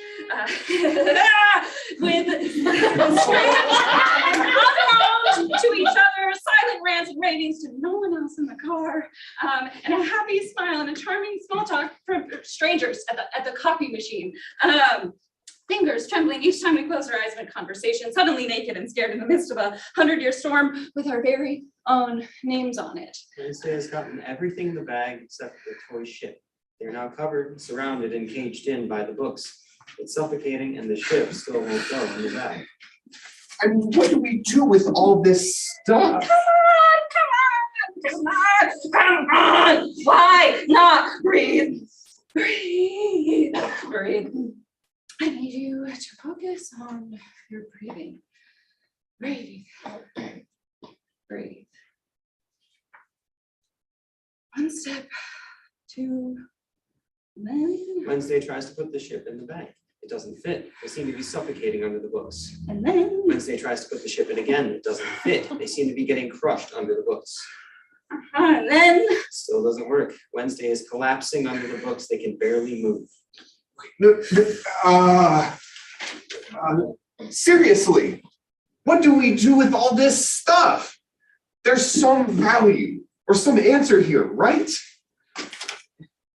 How do you not end up entangled in all these endless questions? What's the answer? I mean, objectively. But, oh no. Ash accidentally knocks the bowling ball rolling across the floor. Ash runs and brings it back. Accidentally knocks it rolling away again, all while trying to read the papers. Ash gets the ball rolled back into the bag again, stops to read something in the papers, and accidentally knocks the ball rolling again. Jeez. Does this ever end? Wednesday has been watching Ash, and suddenly seems to get into his friends. And then I just decided. He sits up and throws the books out like they've suddenly just been shocked back into life. I was definitely going to take ballroom dancing classes. I mean, maybe crop the doll and just like get so thin. You probably thought I was something like, I'm gonna travel more. And then we were. Wednesday starts to joyously throw the books off stage. This rattles Ash was finally trying to stop the rolling ball and has managed to roll it into their bag. Wednesday's books go up, makes them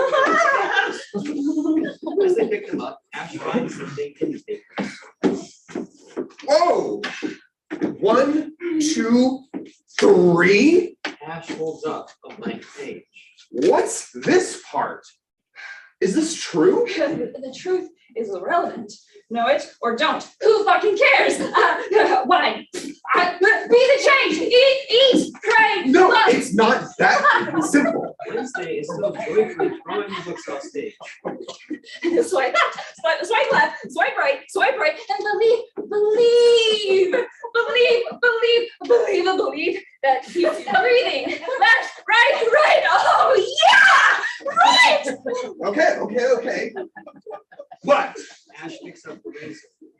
Ow, jeez. That cut straight through. Ow, no, it's not that simple. We planned, we promised, we wrote this out together. This part is not a part of. Ash picks up the handcuffs and accidentally cuffs themselves. Damn it! They try unsuccessfully to uncuff themselves. Okay, but if I say it's my fault, is this so? Okay, just let go. If I say it's my fault and you don't say that it's also your fault, then it's a trap. Still handcuffed, Ash has picked up the cat carrier and is shaking it violently in frustration. And this first part, fake, true, both? Ash looks down at the carrier. Is it just dead? Never mind, don't tell me. Ash throws the cat carrier violently into the bag. They pick up the plastic heart and try to give it to Wednesday. Wednesday won't take it. They're still joyously throwing books off stage. Does it spark joy? No, I don't. But I never really wanted this. Is this real? Does it work? Does it work? Well, maybe. But is it real? I didn't ask for this. Work. Choose life, make your bed, get back in the saddle, swipe right. Yeah. That's bad advice. Bad. Oh, how? Bad. Shady real how? Bad. Oh, you really don't understand me. Ash holds up the beetle box. And what's in here? What do you want to be in there? Fine. I never really knew what you were thinking anyway. Ash sits down despondently, puts the beetle box in the bag, and puts on the VR glasses. They try to touch and grab things that aren't really there. But what's real now? What happened? What happens? Without us? Where am I reeling? Why can't I get a handle on? None of this makes sense. Wednesday sees an opportunity and runs over with their sailboat, switches the identical sail on it for the one on Ash's boat. Success. Ash takes off the VR glasses and puts them in the bag. Wednesday is celebrating as they put their sailboat in their bags. It fits, finally. Ash picks up the train signal switch. They switch it back and forth, listlessly. Who am I responsible for taking care of? I don't want to hurt anybody, But if I don't do something, then more people will get hurt. The individual life versus, how am I responsible for any of this? Ash puts the lever in the bag. They pick up the kaleidoscope and look through it half-heartedly. Maybe. Maybe, just maybe. But blue, it's more than just numbers on a graph. Ash throws the kaleidoscope in the bag. When are you going to stop spouting meaningless platitudes at me? Look, right and wrong exists. There is some black and white answer to all of this. I know it. I just know it. We made choices freely, and it's not all just predetermined.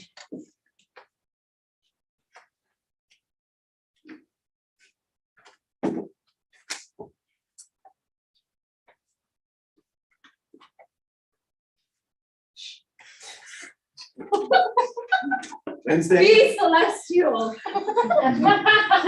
Close your eyes.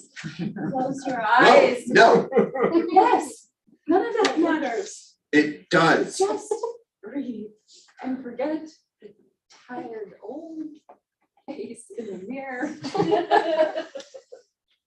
I can't. You let it go. Okay, but who's at fault here, really? Guilt says nothing and knows nothing, like a scream leveled at math on a blackboard. Whether truth is a loaded gun or not, it does nothing, changes nothing. The power is now.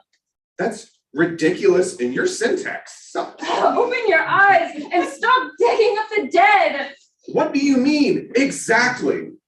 What's this next part? After assets, the names, the taxes. Wait, is this my ship? I can't tell. Is it? Or whatever. Ash throws the ship in the bag. Look, I need answers. Clarity. If you think it exists, then it exists. Study it if you must. How?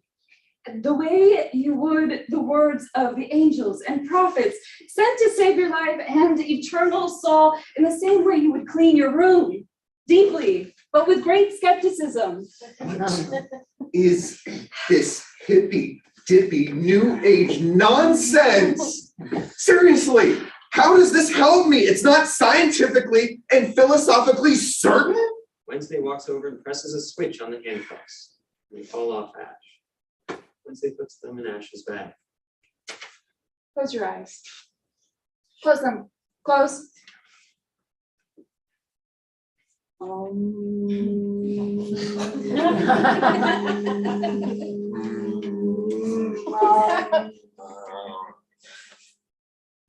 don't need to be finished, or even just beginning. Maybe you can be brave and false and true and scared and just keep moving, even while you collapse. That's not the plan. Plan is in the past. Walk away from it. Like a bad smell that tells you way too much about what just happened and nothing about how to live your life. So what is this gobbledygook? Why does every self-help guru sound like they're on drugs? Look, where does this rational thought come into? Oh no. Oh no, I think I'm falling. Oh no, oh! Yes, the final swan dive. Take a swim if you like. Yes, feel the power of self-improvement, new hobbies, travel. Oh, yeah. And swipe right to live. Right.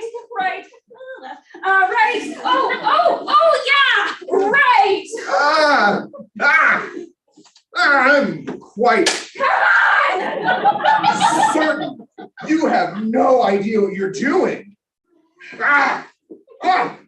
Oh, falling. I'm very rational. Still falling. Okay. Feels like I'm falling.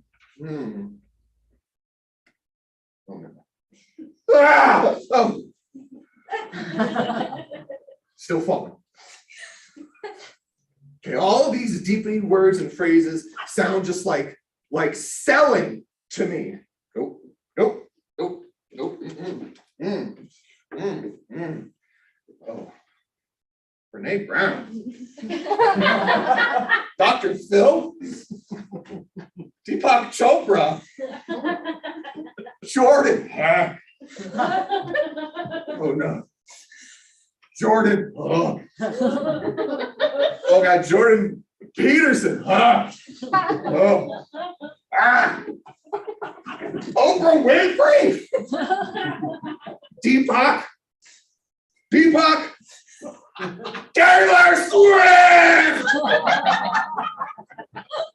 Wednesday disinterestedly watches Ash roll around in the forest. They're being attacked by invisible spirits. Finally, Ash stops flailing. The placebo works. Ash stands up exhausted. They hold up the blank page. But I have to try to know. I just can't give up certainty. What happened? When did things go wrong? How do we get through this? What is this next part? And why is it blank? Wednesday takes the blank page from Ash. This is what I know. You will never, ever, ever, ever know those answers. But if you can give up hard enough, you'll find this blank page in your hand. And when you do, you should know two things by the end of these three parts. One, nothing will ever change or really matter, and every moment is both meaningless and eternal, so you can just forget about trying to be perfect or great or even vaguely good, and that everything depends entirely on how you decide to feel about it. There's no chance of anything, and even if you can search and move and act without fear, you can only achieve a wild, fantastic, lovely failure upon failure, full of so much gloriously wasted potential being boldly challenged into whatever all of this actually is and all that is happening right now. And only really did happen in the thinnest sense of reality, created like in your nerve endings and a chemical reaction in your sensory system in a relatively small part of your brain, is the realization that somehow at the exact same moment you were finally able to breathe. And then again, you knew all those maybes didn't really matter because you had to leave. And leave tonight, and you might someday soon never see them again. And a cold, practical part of you didn't ever want to see them again after, but also that they used to strip naked and chase you and tickle you under the covers until you laughed hysterically and absolutely without fear. And well, maybe fierce, I don't know about the fear part, but love like a child or a crazy person. And that one meaningless moment is permanently happening right now, over and over and over again, unchanged in this flat circle, and is perfectly imperfect even now. 2. You can write this part yourself. Wednesday hands the blank page back to Ash. Ash considers everything. Ash signs the papers and gives them back to Wednesday, except the one blank page. Thanks. See you around. Sure. Wednesday picks up her bag and exits. Ash looks at the teapot, polishes a spot, and examines their reflection. They stare at the blank page. Deep breath. 1, 2, 3. Blackout. End of plays.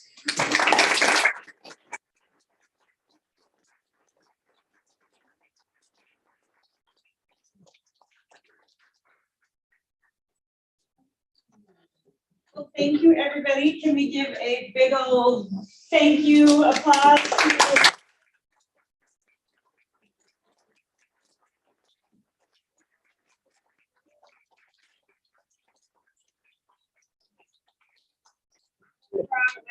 for those of you who would like to stay, that's awesome. We would love to have you. We're gonna connect to Isaac. And Andrew, we're gonna sneak your the music stand so we can place it up here. Cass, do you wanna hang out with Isaac or do you wanna come down off the stage and face him? I think he'll have eyes on us either way. Okay, Oh, because he wants to see the audience, and I'm gonna try my best, Jackie, I will love your help. Yeah. I don't think you. Giant Not weird at all, right? Okay, so now you have You just some. have to take the blur filter off your. Mhm. You don't need, We've got extra sound. I was gonna say, I think I'm gonna mute me. Yes. Oh, yeah. Oh, the headphones. That's so funny.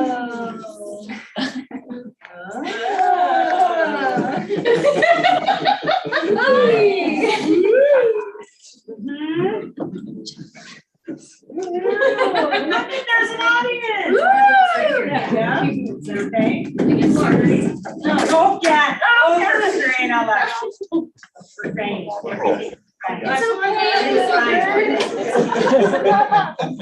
All right, Isaac, you can see-ish us and hear-ish us?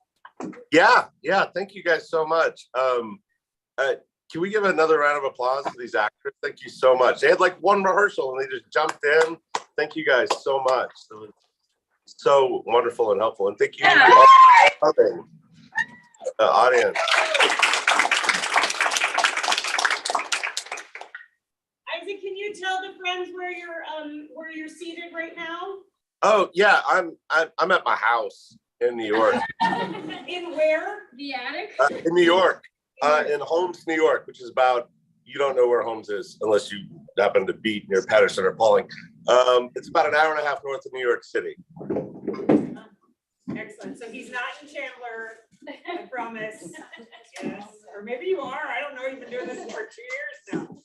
Wait, not what? I didn't hear that. Chandler, right down the road, which is a suburb of Phoenix. Oh, right. No, I don't know what that means. Excellent. You were like, just point Isaac out to me, and I'm like, no, he's in Zoom. He's omnipotent. I don't know. Does the audience, it's weird for you guys to like have to turn behind. Do you want to like create a circle or something? Or then it's like a weird 1984 screen part of the circle and then, or not like, look, mainly the guy in the hat in the front. I don't want you to hurt your neck. But maybe if everybody like moves, we could be a nice circle. It could be fun. It could be the performance. Yeah, circle. If you want to sit on the stage also. Yeah, sit on the stage. Shall come sit here, or Avery's gonna sit here. You're the best. The best. Get it, Shall. Thank you. This is totally weird. You took my phone. Oh man, good looking audience. Awesome. Mary, are you leading this? Am I leading it? We didn't talk about it. We were so focused. Improv is my specialty. So that's a joke. Oh, look at you all look dynamic. I want to take my phone and actually take a picture. I'm like, I want this, Isaac, this is how I want our readings to look more often. Yes? Yeah, no, it's beautiful. First, let me just say to the audience, when you come to like a developmental reading like this, it is so incredibly helpful to hear your reactions and to even over Zoom to like feel them and like feel how they affect the actors and to see the actors feeding off of your responses. It basically, in a way, you're all a part of these plays now. Like you've helped me hear things and learn things when you laugh, when you don't laugh. But like your responses. And so I just want to say thank you for being a part of these stories. Thanks for that. That's really beautiful and meaningful for me. Thank you. And it's thank you so much for coming and supporting Azah and these awesome actors. It's great. Beautiful. So in New Works, we have 4 questions that we kind of start the discussion with.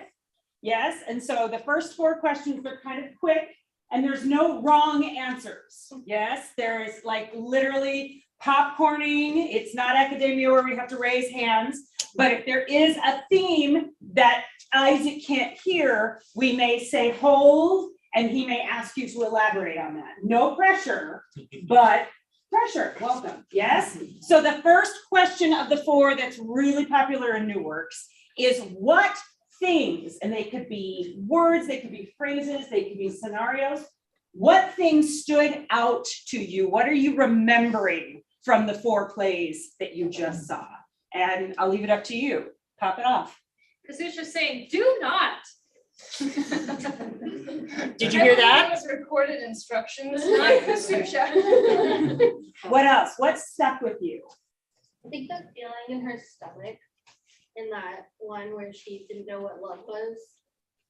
Yes. Yeah. Did you hear that one, Isaac? Yeah. Mhm. Yeah. Yeah. What else? Sailboats. Sailboats. Staring. Staring. Yeah. Yeah. Rattlesnakes.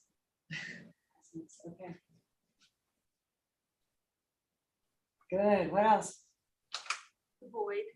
The void. Mm. All right. Excellent. All right. So second question, that's how quick we roll. What did you want more of? What was a theme that you were like, oh, wait, did I miss something? Did I not catch?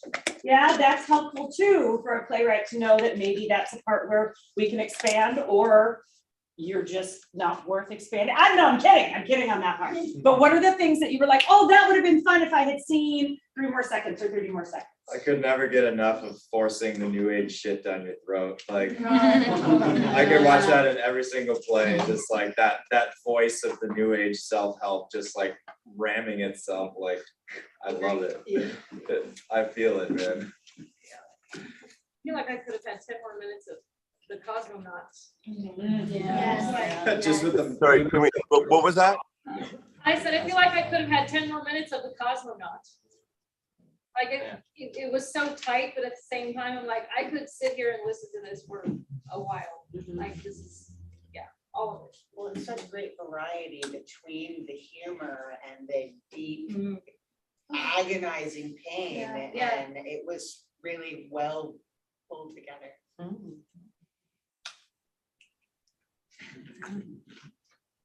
I think that might have a lot to do with Jackie. No, we don't have anything to do unless somebody writes it, right? Yeah. If there are any other playwrights in the audience, I'm just going to say, gosh, Jackie.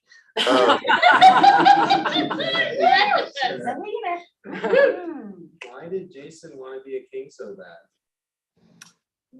I don't know, it was his birthright. It was promised. Rhetorical question for you, playwright.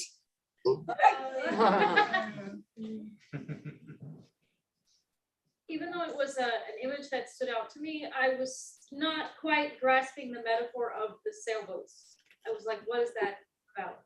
I'm not entirely sure. And I almost felt like it was something really obvious, but maybe I just wasn't getting it.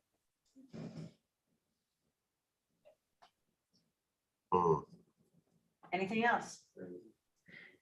Third question, who's your favorite character? And not why. Usually that would be followed by why. No, we don't want to know why. Who was the one that you related to when you're like, I know this person, I want to have lunch with this person? Jason. Cosmonaut. Cosmonaut. Yeah, Jackie. Jackie.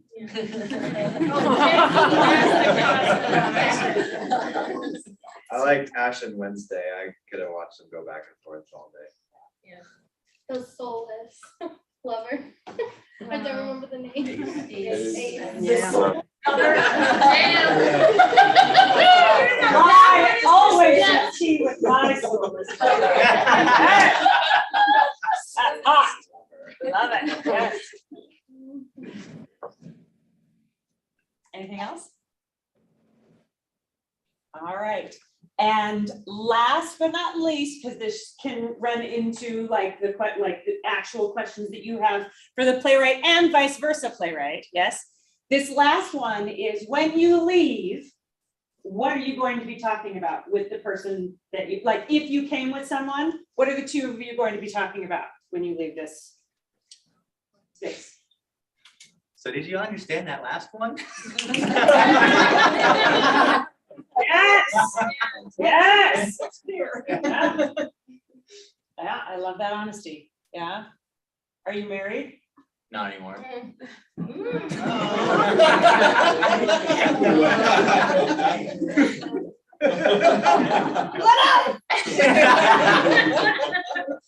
love that honesty. Like, who is that? Yeah. What are you going to be talking about when you leave the doors?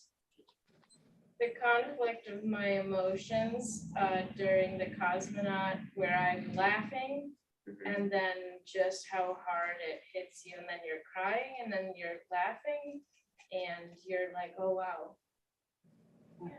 And literally, so much of what was in that, almost everything Jackie was saying, like, this was me on my floor last night. This is it. This is constant monologue that's in my head. And the way it hits you out of nowhere, where you're like, ah, he's a cosmonaut, ah. And then it's like that you realize the things they're saying and what it means really, and the questions that are being asked, and that shift happens, and that's like that space. And that is just like such a cool space to be in. The cosmonaut was very visceral, like I could feel the cold and I could feel the space and the pressure and hear the whistling and all that. And there's so much of that sense of panic in that, as well as Ash Wednesday, that they kind of tie together of like, God, is this it? Fuck. I really want to know if Jason is finally going to be able to rest.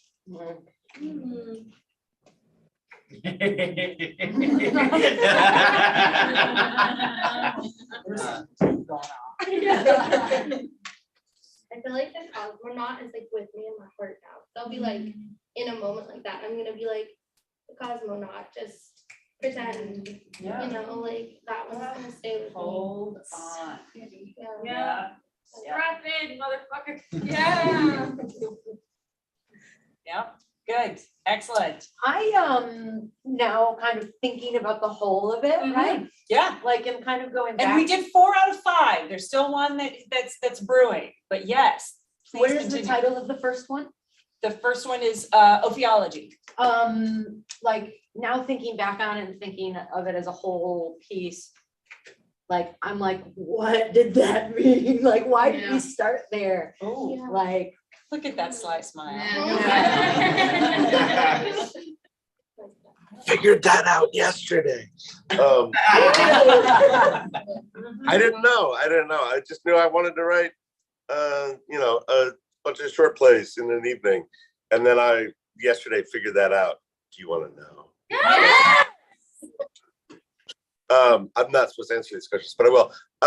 So what I realized is that they're in each one of these is about like this sort of, how are you going to interact with the world or with a problem or with like existential, doubt or panic. Let's call it existential panic about life. Do you approach it rationally, like Ace, what someone called the soulless lover, like entirely rationally? Do you approach it emotionally, or do you approach it like a game, like a manipulator? And in that first one, Ace is entirely rational, probably somewhere on the spectrum. And then Reggie, the one who's like upset and has the gun at the end, is emotional. And then Jackie, the one who got shot and gets bit twice by decapitated rattlesnakes. That's a real thing that can happen. It's terrifying. is trying to manipulate. So, and then I realized, oh, that's what Jason is doing, is manipulating, and then the cosmonaut is entirely emotional, and the last one is a battle between like emotion / manipulation versus like someone trying to be very rational about, the end of a part of life, divorce or whatever. Anyway, explain. I'm actually sitting here with the playwright from the last Friday night reading. She happened, I'm on this farm upstate, and Eric is actually doing a residency in this barn with this theater company that I run up here as a playwright. Eric, you got a question you wanted to throw in? What did you want to throw in? Oh yeah, I just think it's really helpful in these early stages in like the things for playwrights to hear, especially when you're feeling out what the play is. If like you all pretend like Isaac didn't just explain the like arc and intention of the first play, and you look at the whole, what I think it can be really helpful to hear what you feel the shape of the play is as a whole. And that doesn't have to mean like it's a hero's journey mountain. It can be, it's really helpful, I think, to think about like shapes in nature. So a DNA strand can be a shape, or I've had somebody say to me, the play I'm working on here feels like a slowly blooming flower is like the shape of it. So like, are there images or feelings or shapes that come to mind of what the arc of this evening of theater has felt like to you? Like a swoosh, like a Nike swoosh. Swoosh. Good. Was that Jackie? Mm-hmm. Of course it was. I feel like it was like trying to fit two puzzle pieces together in like a million different ways, and then sometimes it did actually fit. It feels like the thing, that it's shit. The thing like it's a ball and it like is like this, and then it also expands, but then and it has like triangle kind of yeah. Good words. Yeah. Like I know what you're talking about. Like floating / falling. Yeah, a funnel. Like spiraling downward. Like sitting in like the bottom of like a desert basin, like a canyon. I feel like it's like when you go to Barnes and Noble and the bathroom's really disgusting and you have to leave fast and you can't keep reading and you can't buy a book because you're broke. I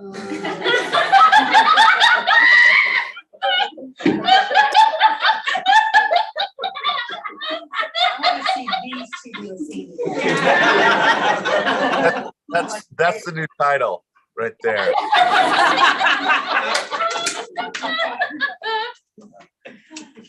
Or like warp speed or light speed.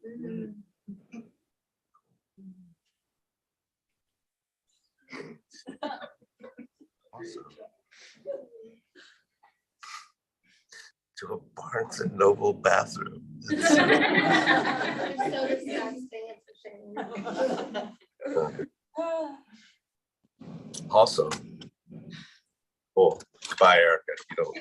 Bye, Erica. Do we need to monitor chat? Oh, yeah. Oh, yes. Yes, sorry. Oh, yeah. Yeah, what's going on in the chat? No, nothing. Okay, just. There are 3 people. Oh, hello. Well, I'm one of them, so.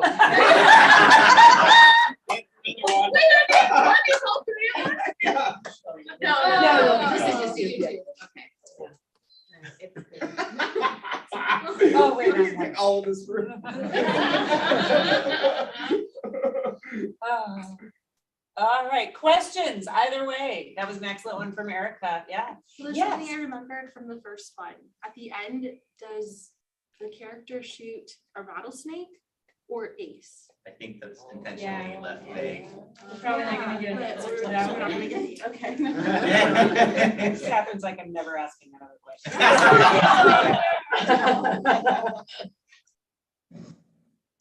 I feel like you might not want to answer this, but was Jackie, like Rachel's character, is that her name? Mhm.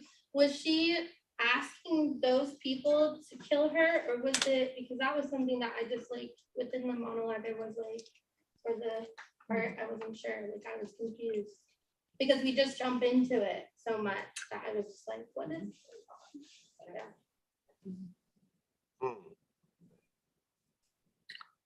I don't know.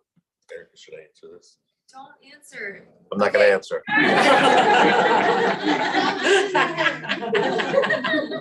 Erica is not only like a wonderful playwright, she's also my playwright teacher. So She's coaching you. Yeah. Coaching you through this. Right. That's a great question for me to consider though.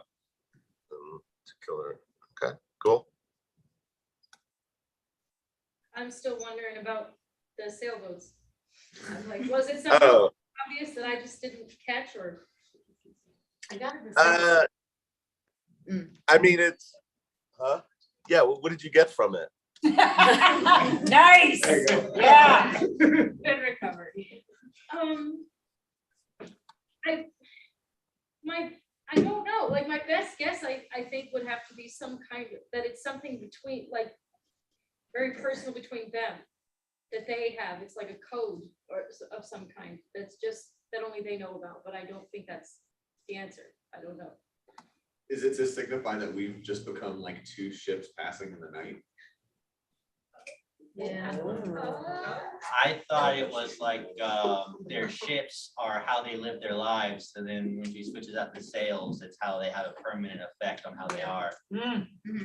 No, you have to leave, so.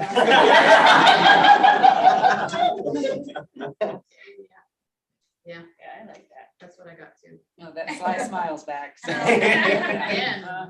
I like how the guy wasn't so sure if that was his ship or not, so he couldn't tell the difference between which one was his and hers. Ooh, yeah. Yeah. See, like I said, obvious, I just. No. I didn't start thinking about it till you asked, so. And then he couldn't stop. Yeah. He got to that. I also really like, it's not really a question, but with the cosmonaut one, Yes. that's the one I was the most confused in the beginning. Like, what is going on? Why would they send this person off? Yeah. Doesn't know anything that they're doing.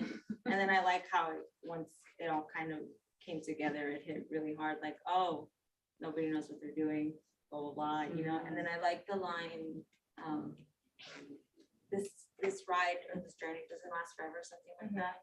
Or when it feels like you're stuck in something like that and out of control, but just know that it's not gonna last forever. Yeah, that was cool. That was a good one.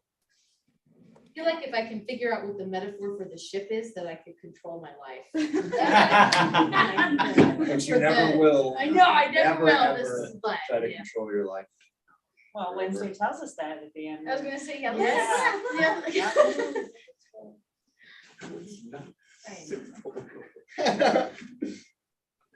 Yeah.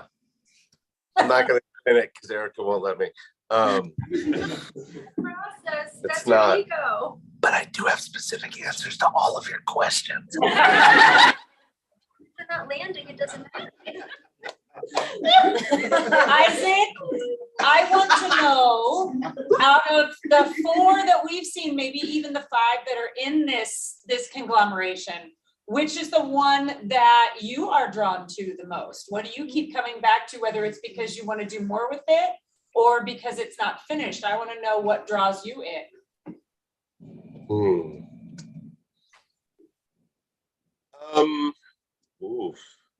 I don't know. I mean, I have a different.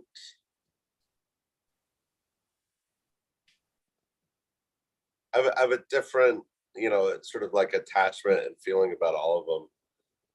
So I mean, I know this feels like a cop out, but I'm very drawn to these pieces. I've been working on for a while and rewriting them for a while for different reasons. I mean, there's something. I like the sort of, I like different things about each of them. Like I like things about ophiology, but like that's very different from like 1, 2, 3. You know, Cosmonaut was really like hard to write in terms of like, it felt like the Hemingway moment. Like he was like, writing's easy. You just sit at a typewriter and like bleed, which is what it felt like. So there's something there, but like, I don't know, you know, Jason's really fun. The Golden Fleece one is fun. It's fun to like turn Greek mythology into like, I don't know, a fraternity party, but you know. In a lot of ways. Yeah. Yeah. I mean, it's still Greek life, the fraternity, so yeah. Oh, yeah. Yeah, thank you. Great life. Oh, yeah. Which one are you drawn to, Maren? The interesting part is I always love, and I told you this, 1, 2, 3, which is why I think it was always interesting to me. I always found new stuff. I always, every time I read it, I rooted for Ash one way, and then 2 days later when I read it again, I rooted for Wednesday. It stuck with me, and it still sticks with me. So that's the one that I would want to see a full-fledged play out of. Yeah, and that's the biggest compliment that I could give you right now. Awesome. Yeah, that was the one when we were reading them through like a week ago. Yeah. As we were reading them through, then my mom called and I had to go do something. I was Yeah, like, fuck yeah, because this is too deep. It's like I didn't want to. Yeah. It's that thing that like pokes at the. It feels like life, where it's just throwing a whole bunch of nonsense at you, but every single thing cuts. Yep. And in weird different ways. Ways. Yep. Yeah. Who's Alright. signing? Oh, good. Oh, nice. Because we know who the other one is. Susan. Susan. Susan is fairly obvious, but Simon, no clue. Yeah. Okay. I started to say, and then Eric. Yeah. I did not. You did. Didn't he sound like a coworker? Yeah, And and I was- I had the same thought. 'Cause Yeah. At first you're like, okay, yeah, that's the kid that's you love. And then in the end, when she's talking about the specifics. Like a it's- party or something, and I'm Right, like, who do you want them to do? Right. Such an artist answer. I love it. All right. Final question from you, final tune in from you, Isaac? Anything from the audience? So last but not least, what's your next step? Oh, you know, we'll probably take another pass at these, see if I can finish that. There's a 5th short piece. It's about like, I don't know, people and Zombies. they're zombies and love. And you know, probably do a reading up here in person with, you know, some more rehearsal, and maybe you know, see if we can get them up here in New York, see what happens. Yeah. This was incredibly helpful, guys. So helpful. Thank you. And thank you, Maren, for all of your work on this. Thank you to the actors. Like, this is great. Thank you. Thank you. Thank you, Isaac. Yes. Yay. Big love to you.